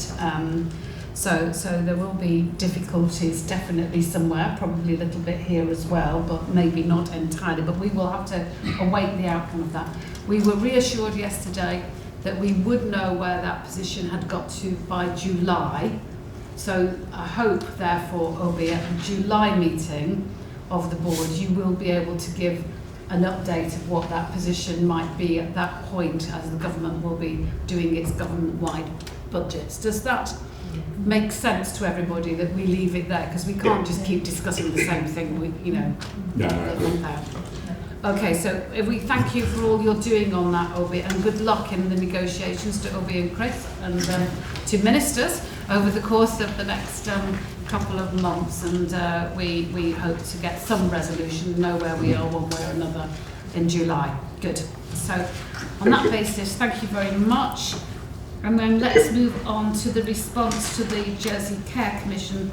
Is that you, Chris, or Jessie? Well, or both? I can quickly say it, and Jessie can add. Obviously, at the last board meeting, we had the Jersey Care Commission with their presentation, with the consultation. We've spoken and consulted widely internally. HCS, as we said at the meeting, they're totally committed to the introduction of regulation. It's really important for us all. And overall, the principles and the standards that are set out, we fully support. There are some which you see in Appendix A of specific comments which I will send with a covering letter that's actually not in here, but there is a draft covering letter back. We've also got, of course, the second consultation, which has been undertaken by the legal department on the law that supports this, and there are a number of technical issues that our lawyers are commenting on, but one of the things that we've specifically are concerned about in the law is the regulated office managers, because the suggestion is that, let's say, each department or each ward, so the ward manager, the ward sister, using the old language, would be the regulated manager. Now, we don't think that's appropriate. It's certainly not what you would see in the CQC regime in the NHS, because that responsibility rests with the chief executive and the designated person, typically the chief nurse, as the regulated manager. So having multiple regulated managers who are relatively junior people is not something that we would encourage. We see it in social care now with our services, and we just don't believe that's appropriate. So we'll be feeding that back to through the legal consultation, that we would wish to see the chief officer and the chief nurse as the regulated managers, not individuals, multiple, many across the service, because it's not appropriate, and puts those individuals in a very difficult legal position, which really should rest with more senior colleagues. Yeah. That makes great sense, Chris. I actually think it would be worth mentioning in here as well. So why not make the I can put it. Let's put it in my covering letter. Yeah. So, Tony. Well, of course, Jersey is a very unique. Can you be very and unique? I don't know. Is it? Can't. Just unique. My advisor here, my right, tells me can't. It's unique.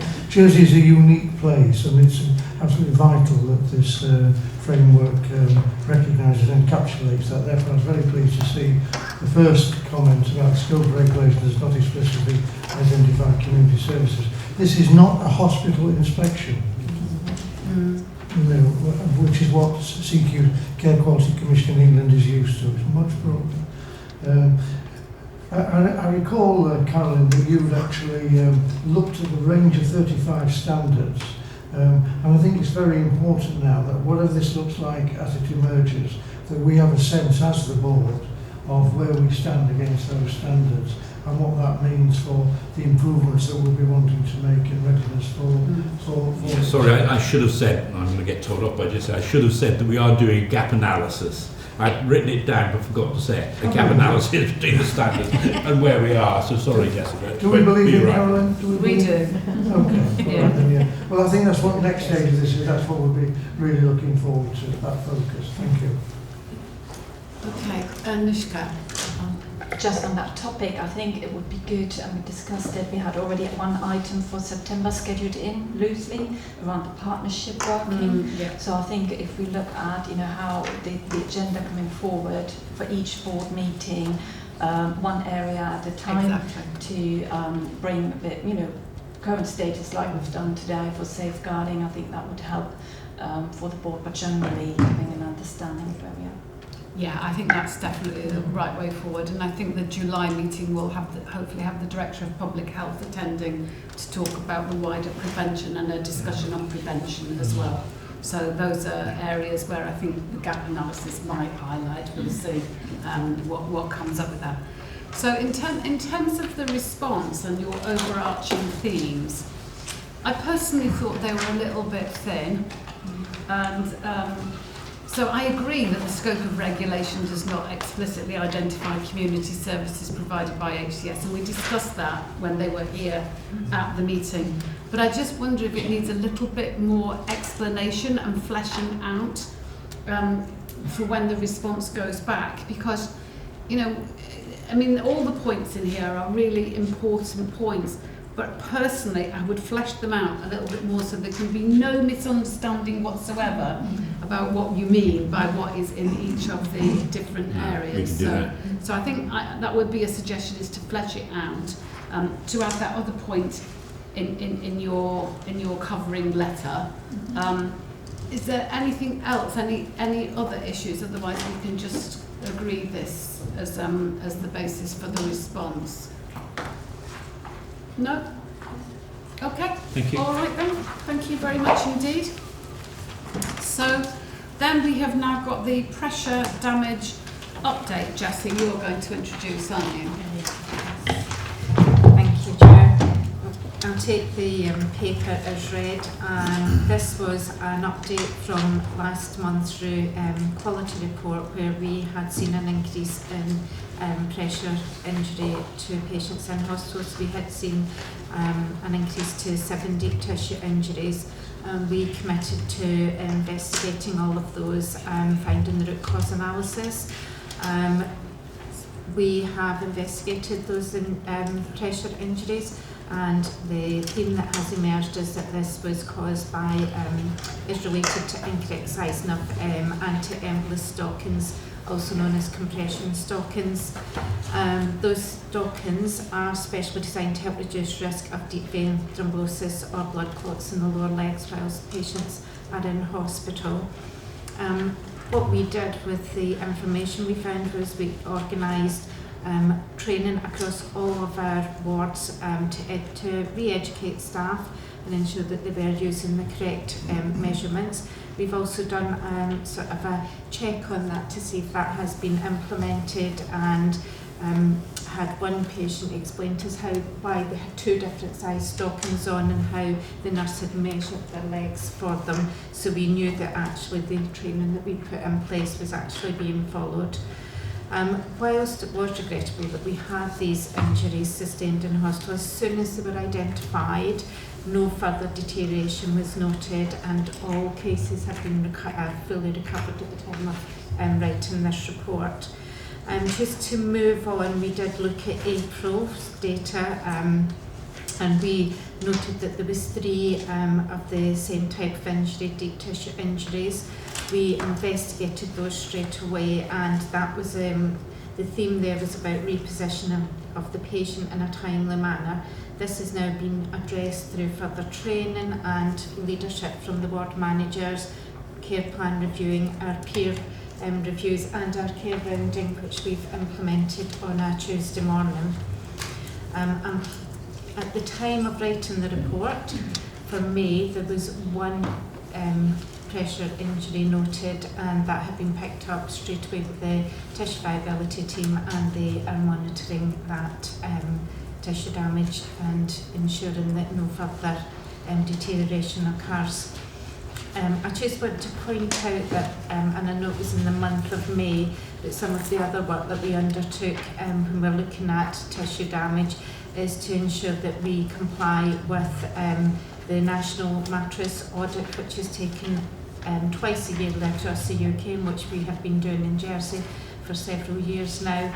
We did that audit on the 8th of May, and we managed to review all of the mattresses in the hospital on that day, and we replaced mattresses that are damaged, replaced mattress covers to ensure that actually the mattresses are at optimum use for the patients. We also took the opportunity just to review the pressure relieving devices that we had in place, and we noted that there was a shortage in some areas, so we've replenished that stock.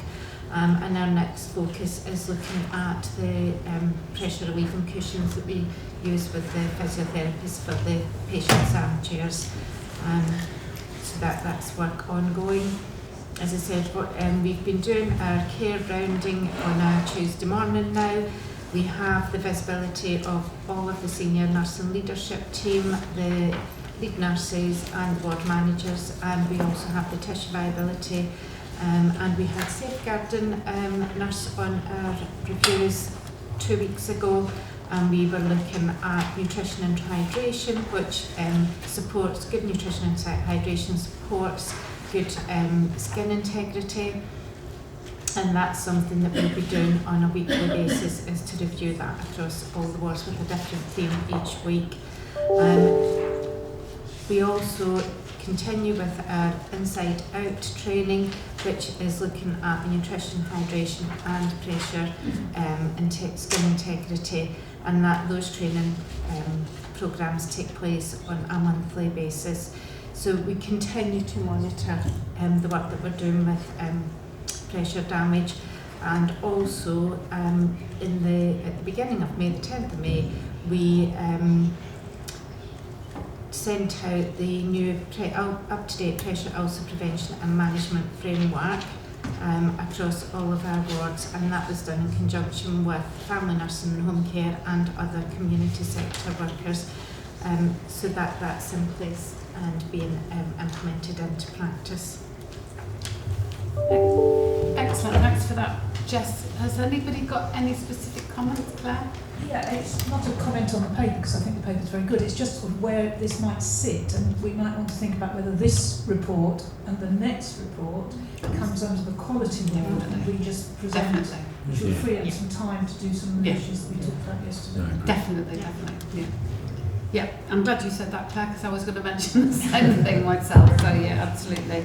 Good.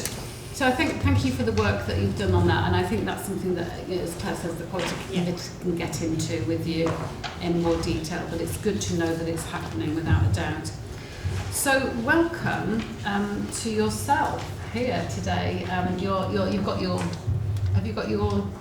title, etc.? So just to introduce you, you're Rosalind Bullen-Bell, and you're the Director of Midwifery. That's right, isn't it? So you're very welcome to the meeting. So we've got next the Maternity Improvement Plan on the report. And who's going to introduce? Is it yourself? I'm going to introduce it. Excellent. Yeah. Over to you. Thank you. So I'm going to take the paper as read, because it's been sent to you beforehand, but I'm just going to give you some of the key highlights. So I think since the last advisory board, we've obviously had the refurbishment of maternity units being officially opened, which happened on the 8th of May. There's a typo in here, it says the 5th, but that was just International Day of the Midwife, so we correlated it in with that. We've also, our publication of our maternity dashboard, we're working on that as well to make sure that is got the relevant information, such as primates and multiples, if it's the first pregnancy or additional. We're also doing linkage with our breastfeeding and perinatal mental health support services, and also the long-term plan, which, because some of the remaining open recommendations will be long-term, with one of them, such as culture, being something that we've looked at as well. Our maternity strategy is on target to be delivered for published at the end of next month. That will come out to you as well, so we can view all that as well, but that will be published next month. The main part that I want to draw your attention to is that the first perinatal mental health training modules have commenced for all of our midwives and support workers and doctors, so an NDT approach. But in relation to the niche report, it was planned that that would be available today, but it's not gone through our governance processes yet. It's due to be presented at our board tomorrow, and then it will be presented to you all next month. The reason for that is because niche were unable to present it prior to the 31st of May. An action plan has been delivered. Myself and my patient safety midwife have constructed that action plan, and just to note of it that there's no main highlights, there's nothing of concern within it, it's all things that we've been working on anyway, but we have developed an action plan just from this, so that we can share that with you as well once it's been approved and gone through tomorrow. Obviously June we are continuing our work on culture next month as well, and obviously the strategy being the main thing, it will be delivered. We are also working very closely with SHIP, which is Southampton, Hampshire, Isle of Wight and Portsmouth, with their integrated board, and we've now got all of our meetings with them as well, so that we can make sure that we're benchmarking ourselves against a local authority, and as we use Southampton and Portsmouth, that's why we've gone with SHIP. But that's sort of the key areas, so if anybody's got any questions, very happy to take any. How are SHIP's maternity services rated by CQC? So you've got, so Portsmouth's are good, Southampton are good, I believe. The Isle of Wight, they were RI, but I think they've gone up to good, and I can't comment on Hampshire and the other one. Hampshire just had a new director of midwifery start literally about 6 weeks ago. Okay, so they're largely good. Yes. So we're not. What I didn't want us to be doing is benchmarking with an organisation that's not great. And they're one of the best ICBs integrated service across England, so that's why we chose them, and because our babies go there as well. And I think what is a keynote in the UK, there's something called a maternity incentive scheme, whereby maternity units receive a rebate on their insurance fund if they're providing high standards of care.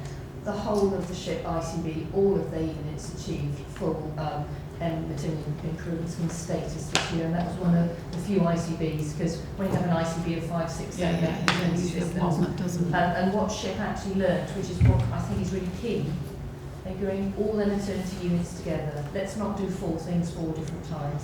How can we share? And they're probably ahead of the game on that collegiate working. Chris? Thanks, Ross, and as I say, I've been keeping a close eye on this as well. I just want to sort of move, because of course the maternity strategy is different to the improvement plan, and in some ways the timings have not worked out, because we have to produce the strategy for scrutiny. We've got a scrutiny committee coming up, haven't we?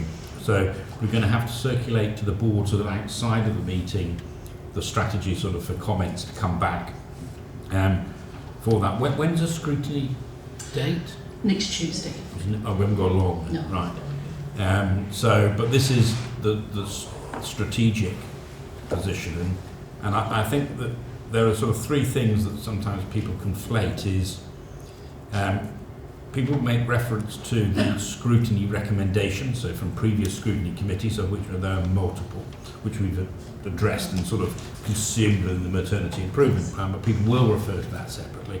Then there's the maternity improvement plan, which comes essentially from the Royal College of Obstetrics and Gynecology's reviews of the service, and then there's the strategy, which is the longer term look at maternity services in Jersey and all the challenges that, as a small jurisdiction, with a reducing birth rate as we sit here today, will face. So it is important. I say it need to go to scrutiny, and the plan for publication will obviously sit with the ministers about when that is publicly available. And I'm not sure, Anushka, do we know when that would be? So at some point it will become a public scrutiny, public strategy. Yeah. Good, all right then. So I think at our last meeting we thought that the progress on this had been so good that we really should make this more business as usual rather than every board meeting having the improvement plan. And again, maternity services are something that should be being reported directly through to the Quality Committee with escalation here of items of concern. And the performance report should just make sure that it includes all maternity services performance as well, so we can pull out any issues from that. So I think, it's again, I think you've done a lot of work on this, and it has, definitely seen improvements. I think the issue that is most difficult to determine is that issue of culture, isn't it? So you can get all your processes bottomed out, etc., but you just never really know whether the culture has completely changed. So I think that comes down to one of your pulse surveys, really, and presumably that's one of the areas you will target, Cheryl?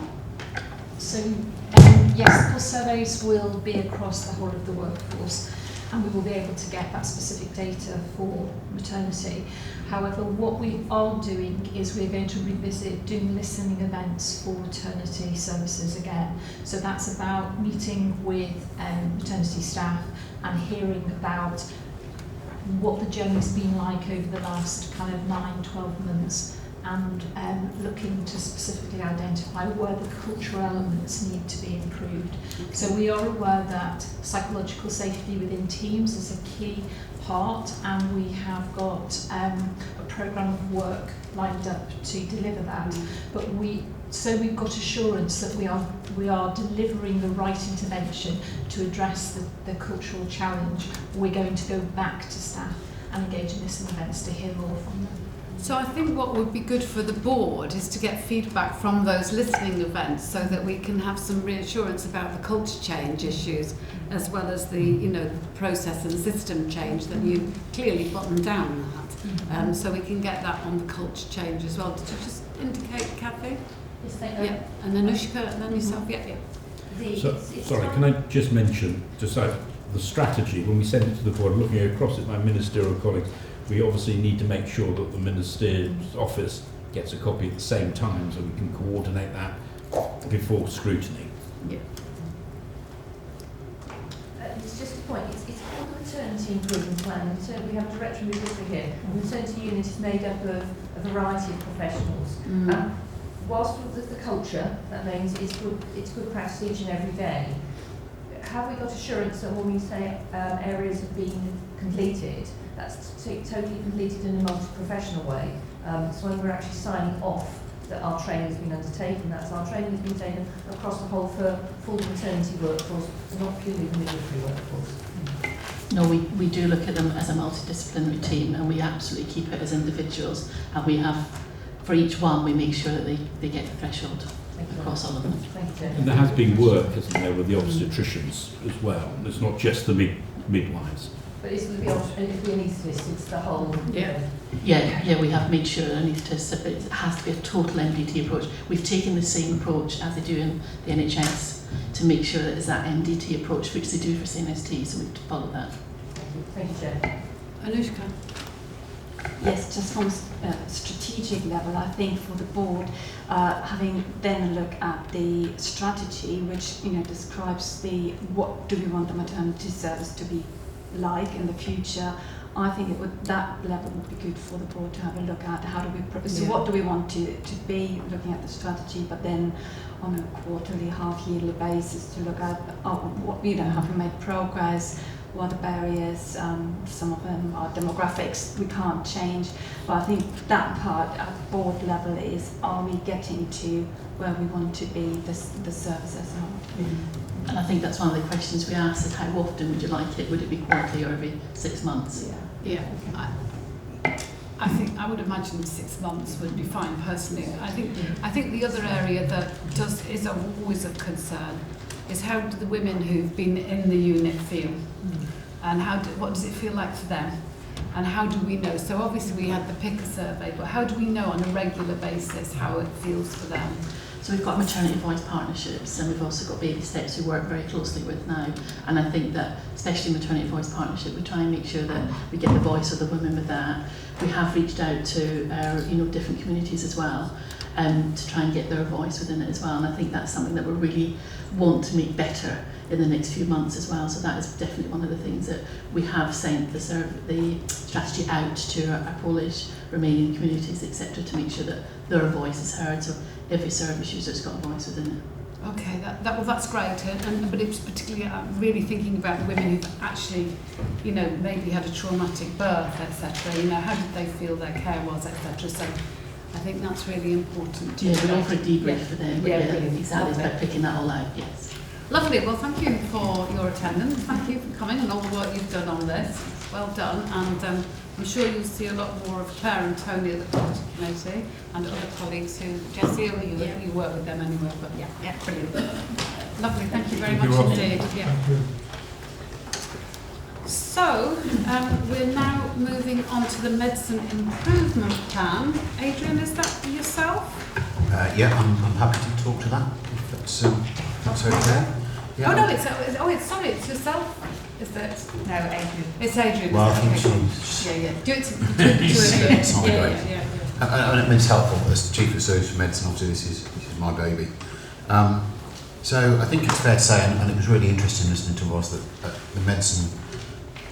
our medicine care group was not as well defined as that, and that's a great piece of work, and actually that's what we've taken and we're going to copy, as I think we've had discussions at the board before. We had so many reviews telling us what we needed to do. I think we ended up with something like 280 different actions, many of which were replicated in each reviews, including the one from 2014 from the Royal College of Physicians. So it's a huge piece of work, and I think it's, it was really difficult for us to grapple with, being honest. So we have just finished a piece of work where we've themed them. It doesn't mean so we've dropped any of the actions, but we've put them into groups where we can see an action from an SI, an action from a report that actually is just the same thing, which is making it much more manageable, and got us down to around 70 recommendations. We can still track through to each of those 280 through that. And that's been quite a difficult piece of work which we had done externally, which was very useful to us. We were also really struggling on capacity to implement this, to be honest. And we've had really good support from the execs. We've now got an in-place head of governance as an interim. I've got a project manager, Libby, who's running the system, monitoring it.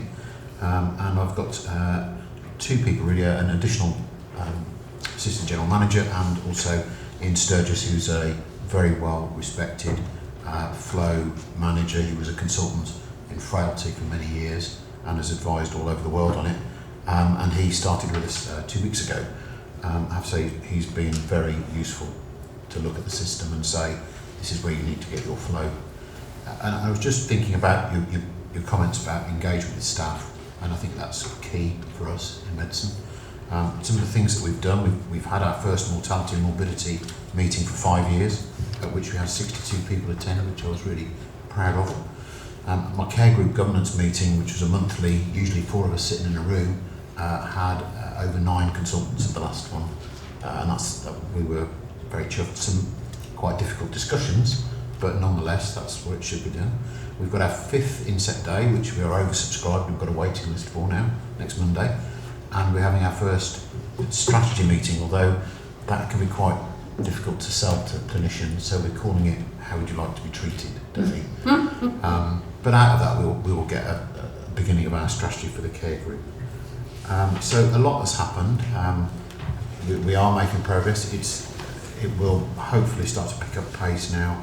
And the clash that we've always had between operational delivery and instilling governance is going to hopefully be a little bit eased with the resources that I've now got. Claire? Well, just to repeat around medicine, the maternity, whether this is something, again, you want to shift to my committee to have some more oversight, but discussion, or whether you want to continue to have this as an item here. I think this is so important, and progress has been quite slow, if I might say so, that it would be good for it to go to the Quality Committee in advance of coming here, so that the board does keep it, but the Quality Committee then can be raising the really serious issues of concern that you've got with progress at the board meeting, so we keep it at a board level because it's so important, but actually you're doing a lot of the legwork, if that makes sense. Can I just come back? And Adrian, thank you very much for being so honest, because actually progress is slow. I think there's only 7 out of 70, so at this rate it'll be 10 years. 10 years. But I'm very happy to meet you offline and maybe see how I can help. That would be really helpful. So Thank you. I'll ask Emma just to ping, or if you can just ping me your email at some point. Chris?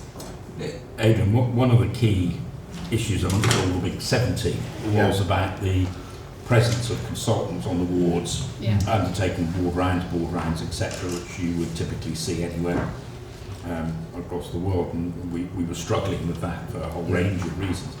But I was talking to Ian Sturgis, Dr. Sturgis, last night, and he was describing something that felt a lot more robust than if I'd had that discussion with him 6 months ago, for example. So it does feel that we are moving in the right direction. There's a cost to it, but Obi sat there, that we've had to put some additional resources in to cover weekends, for example. But his conversation did assure me more than I sort of felt for a while that we were making good progress around consultant presence on the wards, although he also raised a number of things around patients that potentially he would have discharged a bit earlier, and there's maybe some lessons that not complex discharges but straightforward discharges. And I think we always focus, maybe quite rightly, on complex discharge and the problems with care packages or nursing homes.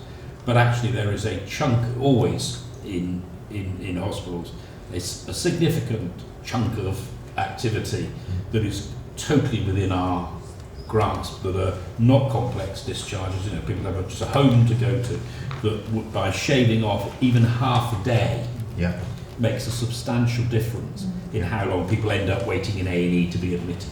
And it's that is, I think he was describing as where we've got some more opportunity. Yes. But I was pleased to hear him say that. Yes, very much so. And just to update you on recruitment of consultants, which keeps us all awake, we've managed to recruit a second gastroenterologist. We have managed to recruit a stroke consultant who's also frailty registered, and we've recruited an acute medic.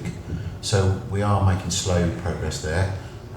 Ashraf, who's come as our stroke consultant, is a very well respected leader for his stroke services in his hospital, who are upset that he's leaving. But for us, he's going to bring huge experience. He's very keen to set up a proper service here, and I think we realise that that's going to require investment, but we should be able to give you some clarity on what that needs to be. And I think we've already discussed the fact that he's managed to clear my transient ischemic attack waiting list in 3 weeks. So I've got a very detailed question, if you don't mind. So there's one question which is that the patient's charter, you had a meeting about it, Jess, according to this, on the 21st of May. It would be good for the board to see the patient's charter? Because is that just a patient's charter for acute medicine, or is it a patient charter for everything? Yeah, for everything. Yeah. So the patient charter was discussed at the patients panel at the, I can't remember the date, the beginning of May, and it's been sent, Cal Walker has sent it to myself and Chris, and it's for across the organisation, and that's going to be shared wider, and then it will come to here board as well. eventually. Yeah. Excellent, so that's good. And then the other one was one of your red recommendations on blister packs, and excuse my absolute ignorance of these issues, but 2 pharmacies are already producing blister packs. It can't be that difficult to scope what a blister pack is if 2 pharmacies are already successfully administering them and producing them. So what on earth is going on that has not happened? So the blister pack. Sorry, so no, it's really down in the detail, but it just kind of sums up an issue. It's a great example, isn't it, of a health system that's not working together. Because if I explain the process, you'll understand why this is such a nightmare. So we have a patient on a ward who we have their medication sorted, they're stable on that medication, and we're planning to discharge them, let's say tomorrow. The process is that I have to write to their GP. Their GP has to prescribe these medicines without seeing the patient, which is then sent to one of these 2 pharmacies where the blister pack is made up, which can take anything up to 7 days. Why on earth can't we just make our own blister packs and send them out with them? Well, yes. So when we've discussed this, I mean, it's a real stopper for me operationally to get patients out, and quite rightly the GPs are more than a little upset about this. So what we need to do is completely take a blank piece of paper and say, what do we need the service to deliver, and then what do we need to do it. There are issues around capacity in our own pharmacy to be able to make it. There are huge issues from that point of view of governance involving other practitioners prescribing medicines. So it's something that we are working on, but I would like to say we're going to sort out very quickly. Everything seems so complicated here. Yes. Yeah. Yes. It does. You just say with a smile. Sorry, Chair, but to be fair, I don't think hospitals in the NHS discharge patients on blister packs. They discharge patients with big bags, sometimes carrier bags of medicine, so it might sound easy to solve. I mean, it would be, and your comment about getting an in-house blister pack maker in the pharmacy might be the best, but it is quite complex. It's very complicated. Yeah. No, I was oversimplifying the issue probably to make the point about can we get a move on really. Okay. I'll take that away. Yes. Yeah, all right, thank you very much. All right, then, well, thank you for your update and your candidness, but we really do need to see more progress on that. So by the time it comes back here in 2 months' time, it would be good to see, you know, at least another 10 recommendations completed. Okay, cool. Excellent, lovely. On that basis, the annual plan for 24 is our final item, which is for information only. It's covered all the issues we knew it was going to cover. It's fine. It says information only. Do you want to introduce it, Anushka? Just a quick one. It's really just an update. So items we said, the commissioning function and some updates in there. The objectives and the linkage to the BAF have been included. It will be published on the HCS website as well, so it's available. We are ahead of other departments, so other departments don't have that comprehensive annual plan, so I think it's good, creates consistencies for us. Just back on reporting on progress, so that will come back to the board because we have activities in there, yes, so that will come back to the board. And then another item is, of course, looking ahead. So annual plan for next year, so bring back to, I think in July, would be good to start discussing what the process would be to get that together for next year. I think that's right, because this is the annual plan for 2024 and it's nearly June. And so, and it's just being signed off, so we do need to start the next one now, as you rightly say. And it would be good if we could have to our September meeting a Q2 performance report related to this. I think that would be really helpful. Okay. Tony. Yeah, and the kind of communication and engagement process as well across ministerial team and government and external stakeholders as relevant and so on. I know the commitment to do that's there, and that's why we're trying to allow so much time. So thank you for that. No problem. We definitely want to be in a position that by January we have approved the plan for next year. Yeah, lovely, thank you. Excellent, so thank you for that, Anushka, and everybody else. So, we're a few minutes ahead of time, which is really positive. So, we've got questions from members of the public, and I've got 2 people with their hands up, but I've got 1 person who put their question in and 4 people with questions, so 5. But there's 1 person who put their question in advance, which is Jane de la Haye. So Jane, do you want to ask your question first, please? The Health Minister was asked by Scrutiny as a Growing Panel to publish an update on the progress of the actions on the palliative care and end-of-life strategy before the assisted dying debate on the 21st of May. However, this update is not available, although the report and the action plan was published in October 23, due to the working group needing to approve it. It's now due to be published at the end of July. We're already 9 months. Does the board think that this should be part of the board's action plan and monitored in the same way as the maternity improvement plan, given that assisted dying Vote 1 has been passed by the Assembly?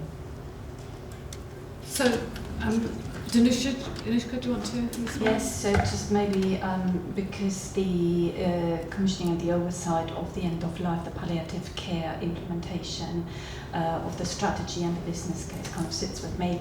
So I think I would recommend we do. We're bringing a paper to our internal senior leadership team actually next month. So I think that should then feed into the board so we have public visibility of progress of what is in place, what is planned, what might be gaps that are not there yet. And that's happening now, is it? Yes, so I would suggest that to the July board we bring that back here. Would there be any update before that? Because the update is meant to be coming to the end of we can have we certainly can have a look at it, yes, we can have a look at it. So how would you update the public on it then? Would you put it on the web or something? Or? Well, we could do it as a update against basically the business case, the strategy. So we could do that. So that there are different ways to do that. So I'll have a look at what works best. How you can do it, but at the very latest July. So yeah, try to do it in advance. But yeah. Good. Thank you very much for your question. What I'm going to do is I'm going to start at that end of the room and go this way, if that's all right. So start with yourself then, Jean. I hope it is I've had some disappointed that Tom Hill's not here today because my question is actually a joint question for Tom and for Chris, if that's okay. I think this is going to be an easy one for Chris. And excuse me for this, but I'm quoting somebody, so I need to get it right. Over the last few months, HCS has stated that they've adopted a zero-tolerance policy on racism, which is exactly as it should be. With the election looming in the UK, Preston interviewed the Shadow Health Secretary Wes Streeting last week on TV, who stated that he was aware that there was a culture that silences brave NHS staff who act as whistleblowers and puts protecting the reputation of the NHS over protecting patients, and that it's got to stop. He said that a Labour government will put patient care first, protect whistleblowers and sack those who try to silence them. These people would face immediate loss of office with no payoff, and he would ensure that they were never employed in the NHS in any role ever again. Are you prepared to confirm that as of today, you will adopt the same zero-tolerance policy on bullying as you do on racism, including bullying by management, especially when it includes bullying, intimidation, harassment and hostility towards whistleblowers?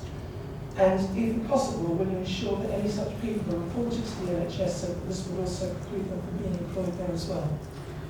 Yeah, well, I say I can't speak for the minister. I don't know whether ministerial college, but yes, we have a zero tolerance on bullying. There has to be evidence, of course, and you know this is an important thing because when you investigate bullying, it's not always the case, so we need to be clear. But if there was intimidation of staff, and particularly of those that wanted to whistleblow, and we saw the support that was given to the junior doctor that whistleblew around rheumatology, thank goodness, and the support he was given and she was given.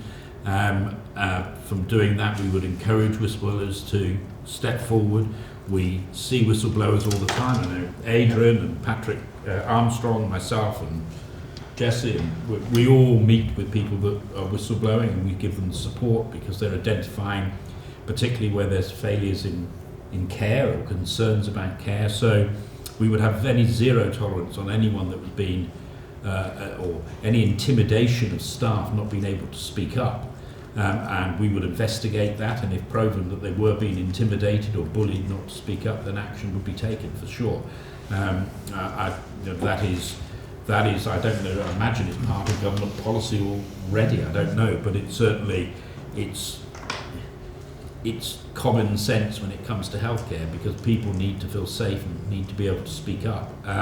We need to investigate those things. So certainly we're seeing people speak up all the time, and we would support them. But if there's any intimidation stopping people from speaking up, then we would take the appropriate action for absolutely. Thank you. Can I say that I do believe it's a priority of this ministerial team that we will not accept bullying, and we want the culture in our health service to be as good as it possibly can be. I'm sure that goes across for everyone. And bullying, of course, is a thing that we see between staff as well, that there's bullying that goes on that has to be addressed. So I don't think we need to be clear, it's not just a hierarchical thing, it's peers, and we see a lot, I'm afraid, of that. Well, actually, you can have bullying upwards as well. And bullying upwards. Yeah, sorry. It's a really good question, that. So, as somebody who works in ED, which is pretty stressful, I think it is all about culture and it's all about communication. And I think whistleblowing is a very emotive term, isn't it, in all directions. I take the view, you will always find me in the canteen at lunchtime having a cup of coffee, and you're very welcome to come and talk to me and be approachable. And I think that begins to change the culture. It's got a long way to go, but I can honestly say there is a change, certainly in medicine, in the culture of being able to raise concerns. I think people have got to be allowed to raise a concern, and I think, as Chris has said, I've learned in this job that you get the information first. You know, so as soon as a concern is raised, you find out, and then, if necessary, act. But often it's about meeting with people and discussing their concerns and learning from them. So I think that's how I approach it in my day-to-day clinical practice, and I think I can honestly say in the last year to 18 months I've noticed a change in that. Thank you. I think as well that the bullying, if you like, or the perception of bullying can be subjective, and it's not just you might be saying to somebody you're doing that wrong, you're telling them how to do their job correctly, and they don't like the way you're telling them or whatever. It's not really bullying. But I'm not talking about that kind of interaction, if you like. I'm talking about, definite harassment and Yes, any case where an individual was being bullied or harassed not to speak up about anything, then that's a very serious matter.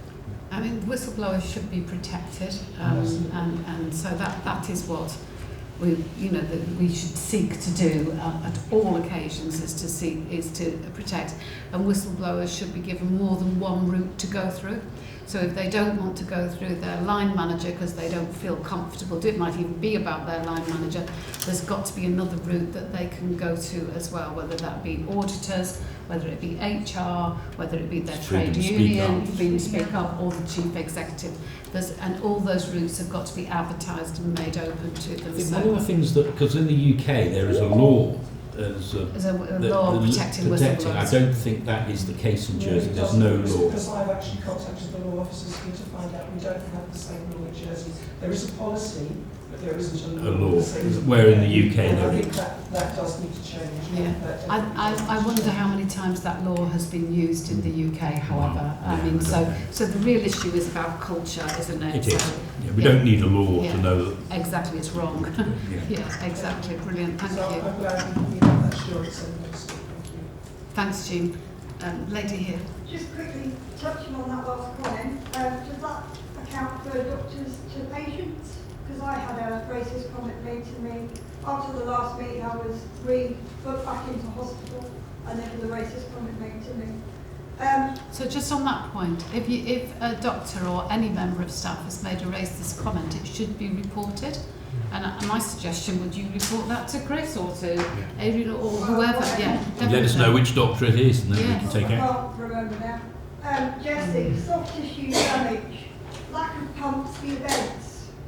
2 weeks I was in bed, didn't have a pump. Your stockings, HCA, didn't have a clue how to measure, put them on, or even what they look like, I don't think. Also, turning. If they've got a difficult patient, they'd rather leave them sleep than turn them. So that's why you're getting so many soft tissue damage. The data. The reason people like myself don't believe you is because when you talk to the people on the shop floor, like with my MRIs, I phone up to find out how long I'm going to be. They tell you 6 months at least.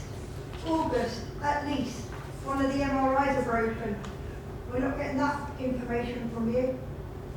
That's why we're not believing the data and the information you're giving us.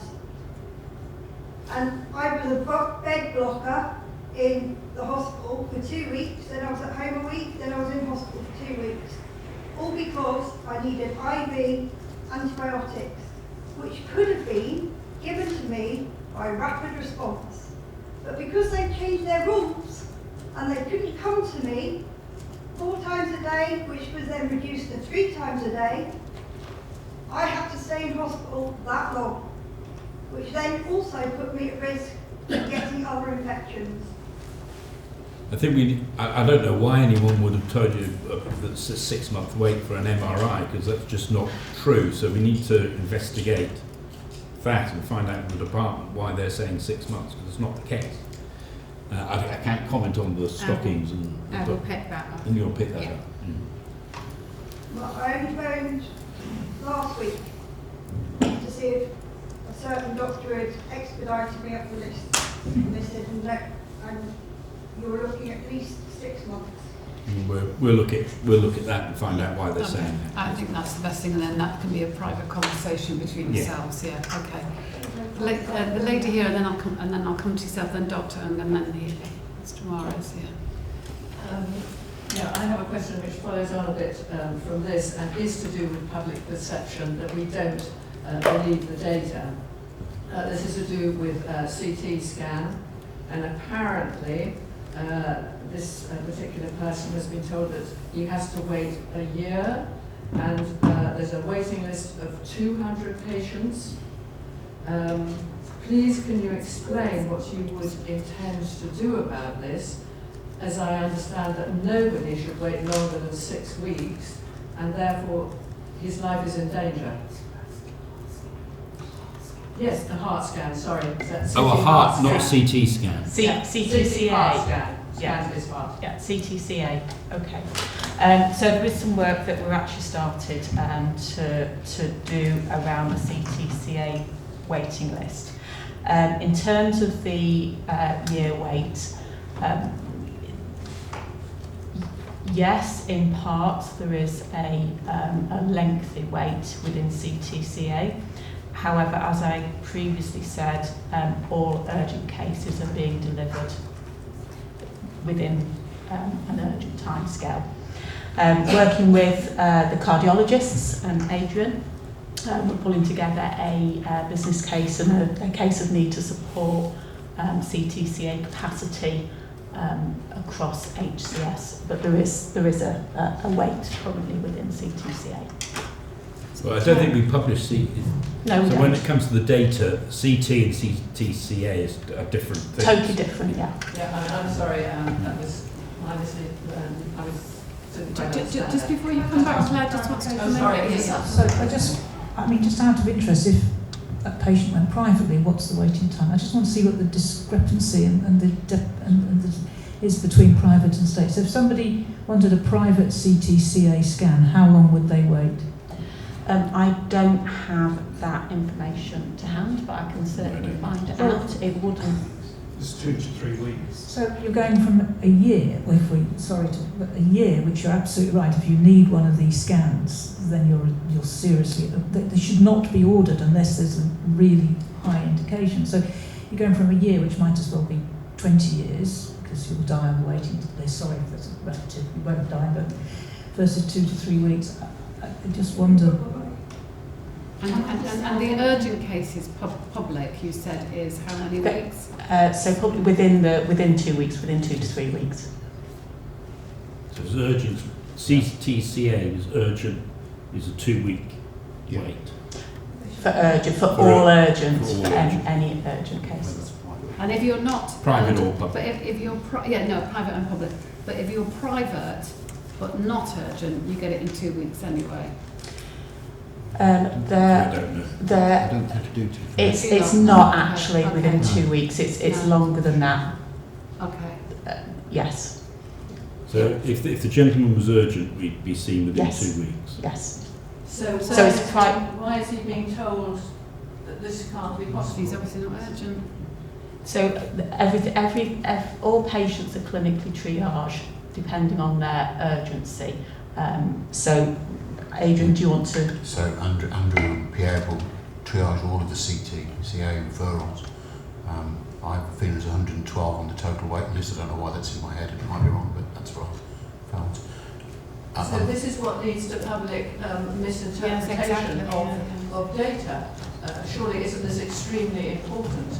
You've got one idea of urgency and our patient has got another idea of emergency. He's been told his case is urgent, but you're saying Mary, we've got to be clear that with all waiting lists, the urgency of a case is determined by a doctor, not by a manager or an admin person. It's always determined by a doctor, not by anyone else. But then his perception is what I've been saying, so there's something going wrong here with communication. So I think that's just the point I was trying to make earlier in the meeting when I said that the data that we've got is not what people believe they are experiencing in relation to waiting lists, and how do we sort it out? And the only way we are going to sort it out is by reducing the waiting list considerably, frankly, because people are it becomes less of an issue. Yeah, exactly.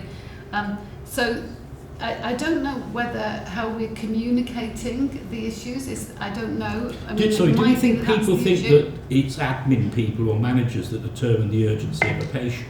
Is that? I don't know, but clearly there's a communication. Yeah, I think it's a which is communication very, issue. very urgent. Yeah. I think you're saying one thing here, and then the people on the shop floor that we communicate with are saying something completely different. Well, I think we hear that. Yeah, we do. We hear that, and it's And it's like, who do we believe? no, exactly. I understand that point. Yeah, so I think you need to take that away. Yep.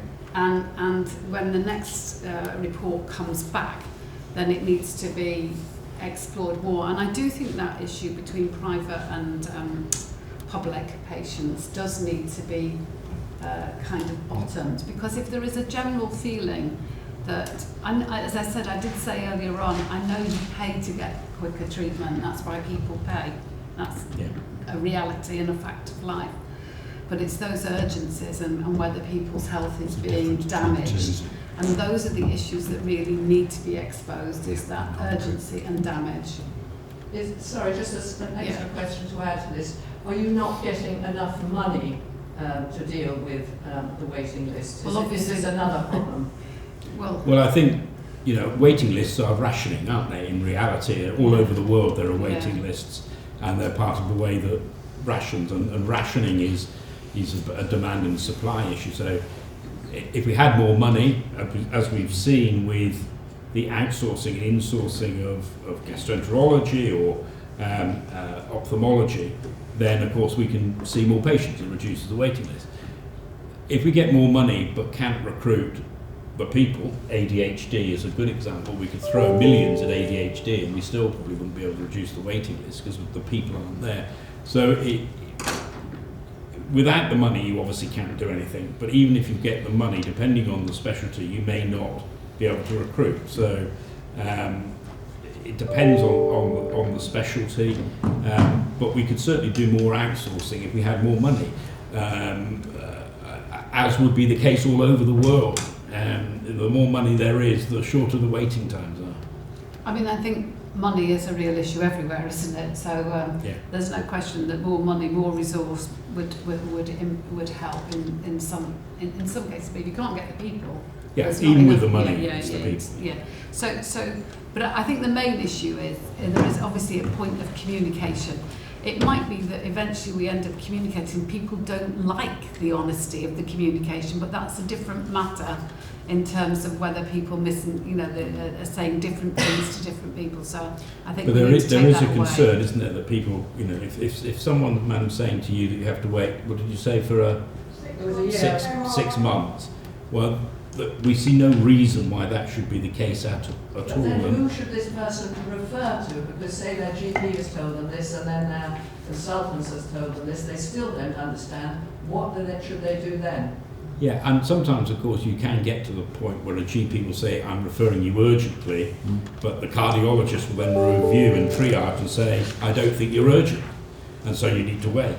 So, but I wouldn't want anyone to think that anyone in HCS that's not a clinically qualified individual, and that could be a nurse, but it equally could, particularly in mental health, a specialist, a nurse specialist, a psychologist, determines the urgency of a patient, not a manager, not an admin person. The admin people just do as the doctor is instructed, and those lengths of. But I am worried though that people are being told one thing when they're clearly it's different. It's different. But you can certainly, it's not uncommon, Adrian, is it, and Claire, that a GP and a consultant's view about the urgency can be different. Yeah, I mean. Of course, sorry. I mean that's the point. But I'm just struggling here with 112 people on the waiting list for a coronary angiogram. I just wonder what's happening to them. I mean, that's not to discuss here, but that's 112 people with. Somebody has decided that they have severe enough cardiac symptoms to warrant this investigation. I think it's too many, just off the top of my head. I think there's, I don't know, I fear, and what's going on is that there is a demand-led system, that there isn't enough looking at why somebody's needing this test, what the NICE guidelines say. That it's just been, you need an angiogram, you need an MRI, you need a CT scan. So when they may not. When they may not, and it's being done, and sometimes the longer the waiting list, the more likely. I say this is a GP, you are to reward a patient by referring them, because it feels, my husband just turned up, for an eye appointment, in a hospital, which they didn't have. They'd forgotten to cancel it, so they've just done a scan on him. Well, that's an unnecessary scan, but it's like, it's a reward to say sorry.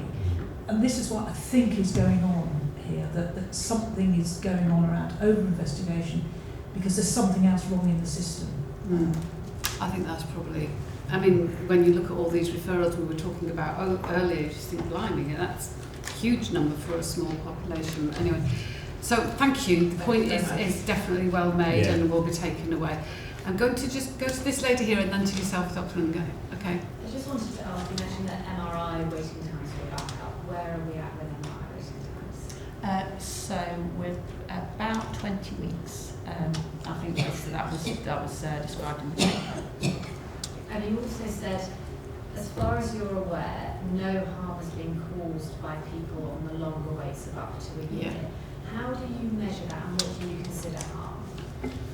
That's a clinical decision, so the clinicians will review their waiting list. Some patients have been brought back to clinic for review, others have just had a review of their clinical notes, but it's always determined by the clinician, not by any. But just for a rough idea, would it be any more symptoms or any other illnesses or what? Adrian, do you want to? Yeah, I guess it would depend, you know, what it is you're waiting for. So rheumatology is a great example for me. So every month we will review whoever's waiting to be seen. The nurse or the doctor will usually ring them, get advice on their pain management, their severity scores. So we've got different mechanisms for doing that to make sure that we've kept them, you know, where they should be, whatever waiting list we've got. I mean, gastroenterology is another good area where we regularly do assessments of patients waiting to be seen. So it would depend on the condition, I think. Okay. Thank you, Chair. The choice of going from right to left has been brilliant because it's all come to this Oh, that was pure so fluke. We've heard about reduction in stroke TI waiting time by appointing a stroke consultant. That saves about £100,000 a year in locum costs. But it's took 5+ years to make that appointment, and that's where we're having problems with acute medicine. We've seen a reduction in the MRI waiting lists by pump priming a waiting list initiative with £100,000 and doing 70-30 splits of public and private, and the private income generated from that MRI scan paid for the initial £100,000, which is a fantastic initiative of balancing public and private. The waiting list for endoscopy reduced with a cost of £800,000 because despite the two of us before I retired, the waiting list continued to go up, and now we just recently appointed a second. I don't think things will change that much, despite the £800,000 expenditure. The £18 million overspend is mostly on costs of people, locum, agency costs, and by appointing substantive posts in consultants and nurses and physios and every healthcare person will save a lot of money just by simply making appointments there. We've clearly seen that patient wait lists are completely dependent on not only the recruitment but also the retention of staff, and that's what we need to do in terms of cultural change, in terms of looking at why people are leaving, using the exit interviews which we've just started, but unfortunately the culture has been developing over the past 15 years in my personal experience, and only with the inception of using exit interviews we've realised that there is a cultural problem. And if we can pinpoint the line managers responsible for the departure of those individual frontline workers, then they need to take responsibility and ownership, and they need to be taught how to manage those workers. And as I've already illustrated, the £100,000 saving, the £800,000 for the endoscopy, £100,000 for MRI. The cost of healthcare is substantial, and for the Treasury Minister to ask us to save money is ludicrous, because really the healthcare inflation is way beyond retail price inflation, and so we really should be given the 18 million rather than asked to save the 18 million. So I would urge the Advisory Board to and the minister to help clarify with the HCS politicians that we really do need more investment, we really do need more cultural improvements in order to bolster the future of our island's healthcare, particularly with the extra costs incurred by the multi-site new hospital facilities. Well, I think the issues that you've raised, thank you very much for your comments. I don't think there's anything with which we disagree. No. And actually the point about the investment is, and it's not just the 18 million, there is a need for us eventually, or the island, to have a different health system, which is more about prevention.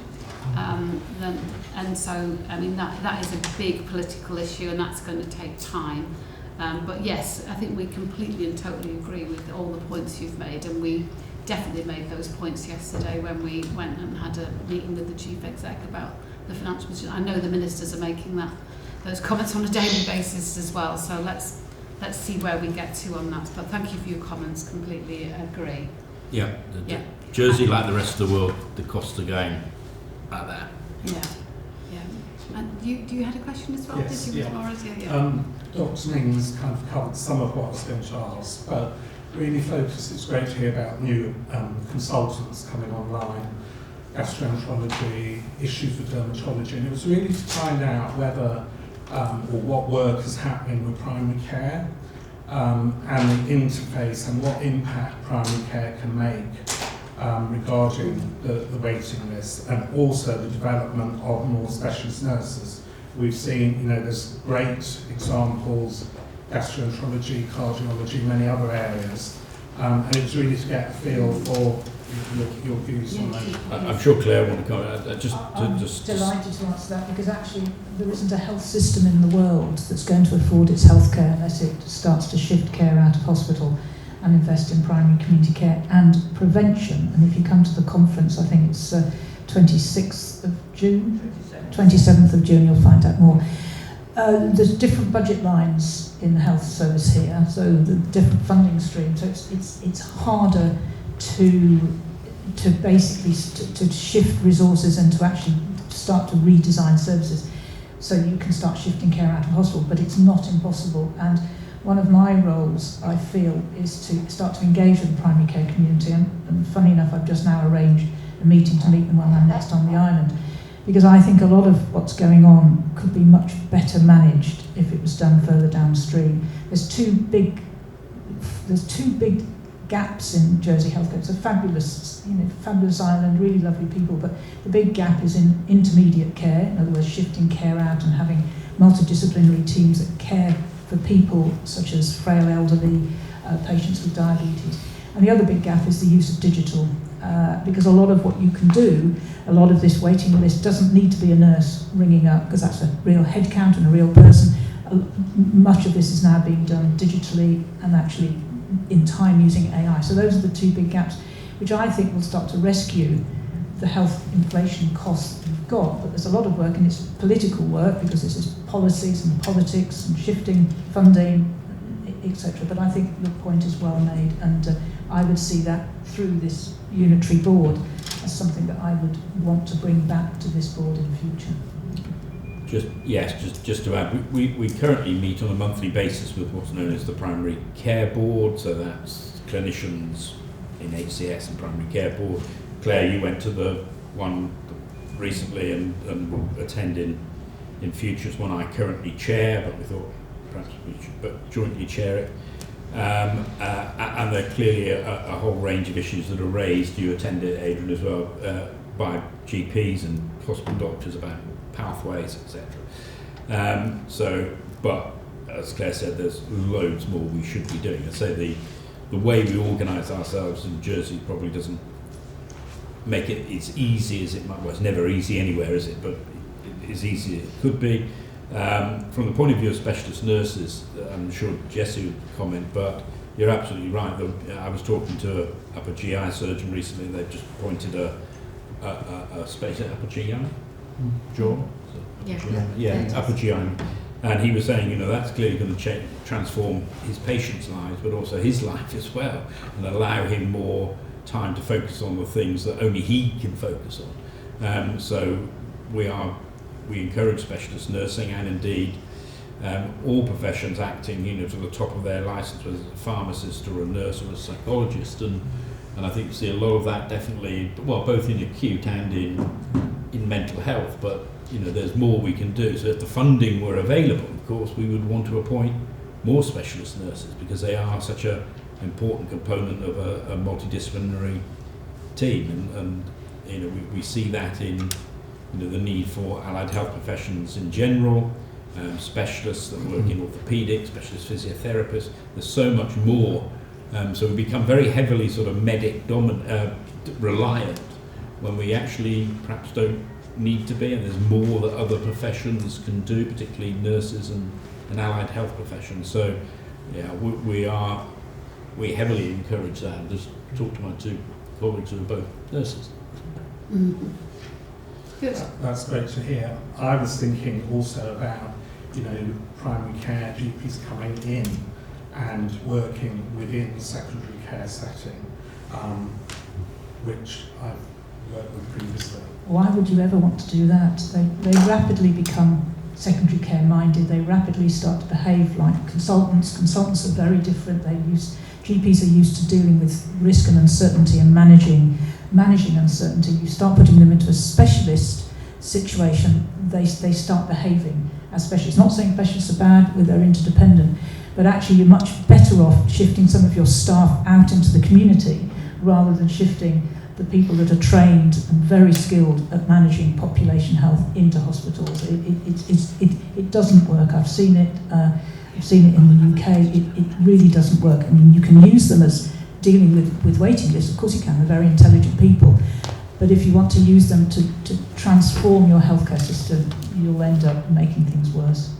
So we've overrun by 10 minutes, but the questions and conversation has been really good. So I'm going to give you the last question, if that's all right. A very quick question. When you spoke before about whistleblowers and the fact that they should be afforded some protection, do you actually feel the same about patients who've made a complaint? Well, yeah, absolutely, and we wouldn't want any patient not to complain because they fear that they might be treated differently or worse than if they didn't complain. So absolutely, that patients that raise concerns need to be protected as well. And if any patient believes that they're getting poorer care as a consequence of raising a complaint, they need to let me or one of my directors know. That would be obviously completely unacceptable. Well, obviously I'm speaking from a personal perspective. Well, So I think you need to let us know. I have been in touch. In fact, Mr. Armstrong has been helping me, but I still feel that it's important. So does Mr. Armstrong know, he will say he's away until, does he know about your case and you've raised your concerns with him? Well, we'll Jesse pick that up with Patrick. I feel in line with what's been seen on Balwick Express twice now in the last couple of months, where in the first case certainly the complaints panel found that the patient had been penalised because she'd made a complaint. And that's exactly. Well, I could have had surgery in the autumn of 21. I still have not had surgery. Okay, well. Okay. We'll go, I think rather than discussing your case publicly, no, but we will go away and look at it, and just Jessie will do that. Okay, but thank you for raising. Yeah. Okay, I mean, as I say, we are over time, but as I say, I thought the questions and conversation was good. So thank you very much to everybody for coming today, and I'm afraid I won't be here in July, but everybody else will see you in July. Thank you. Thank you.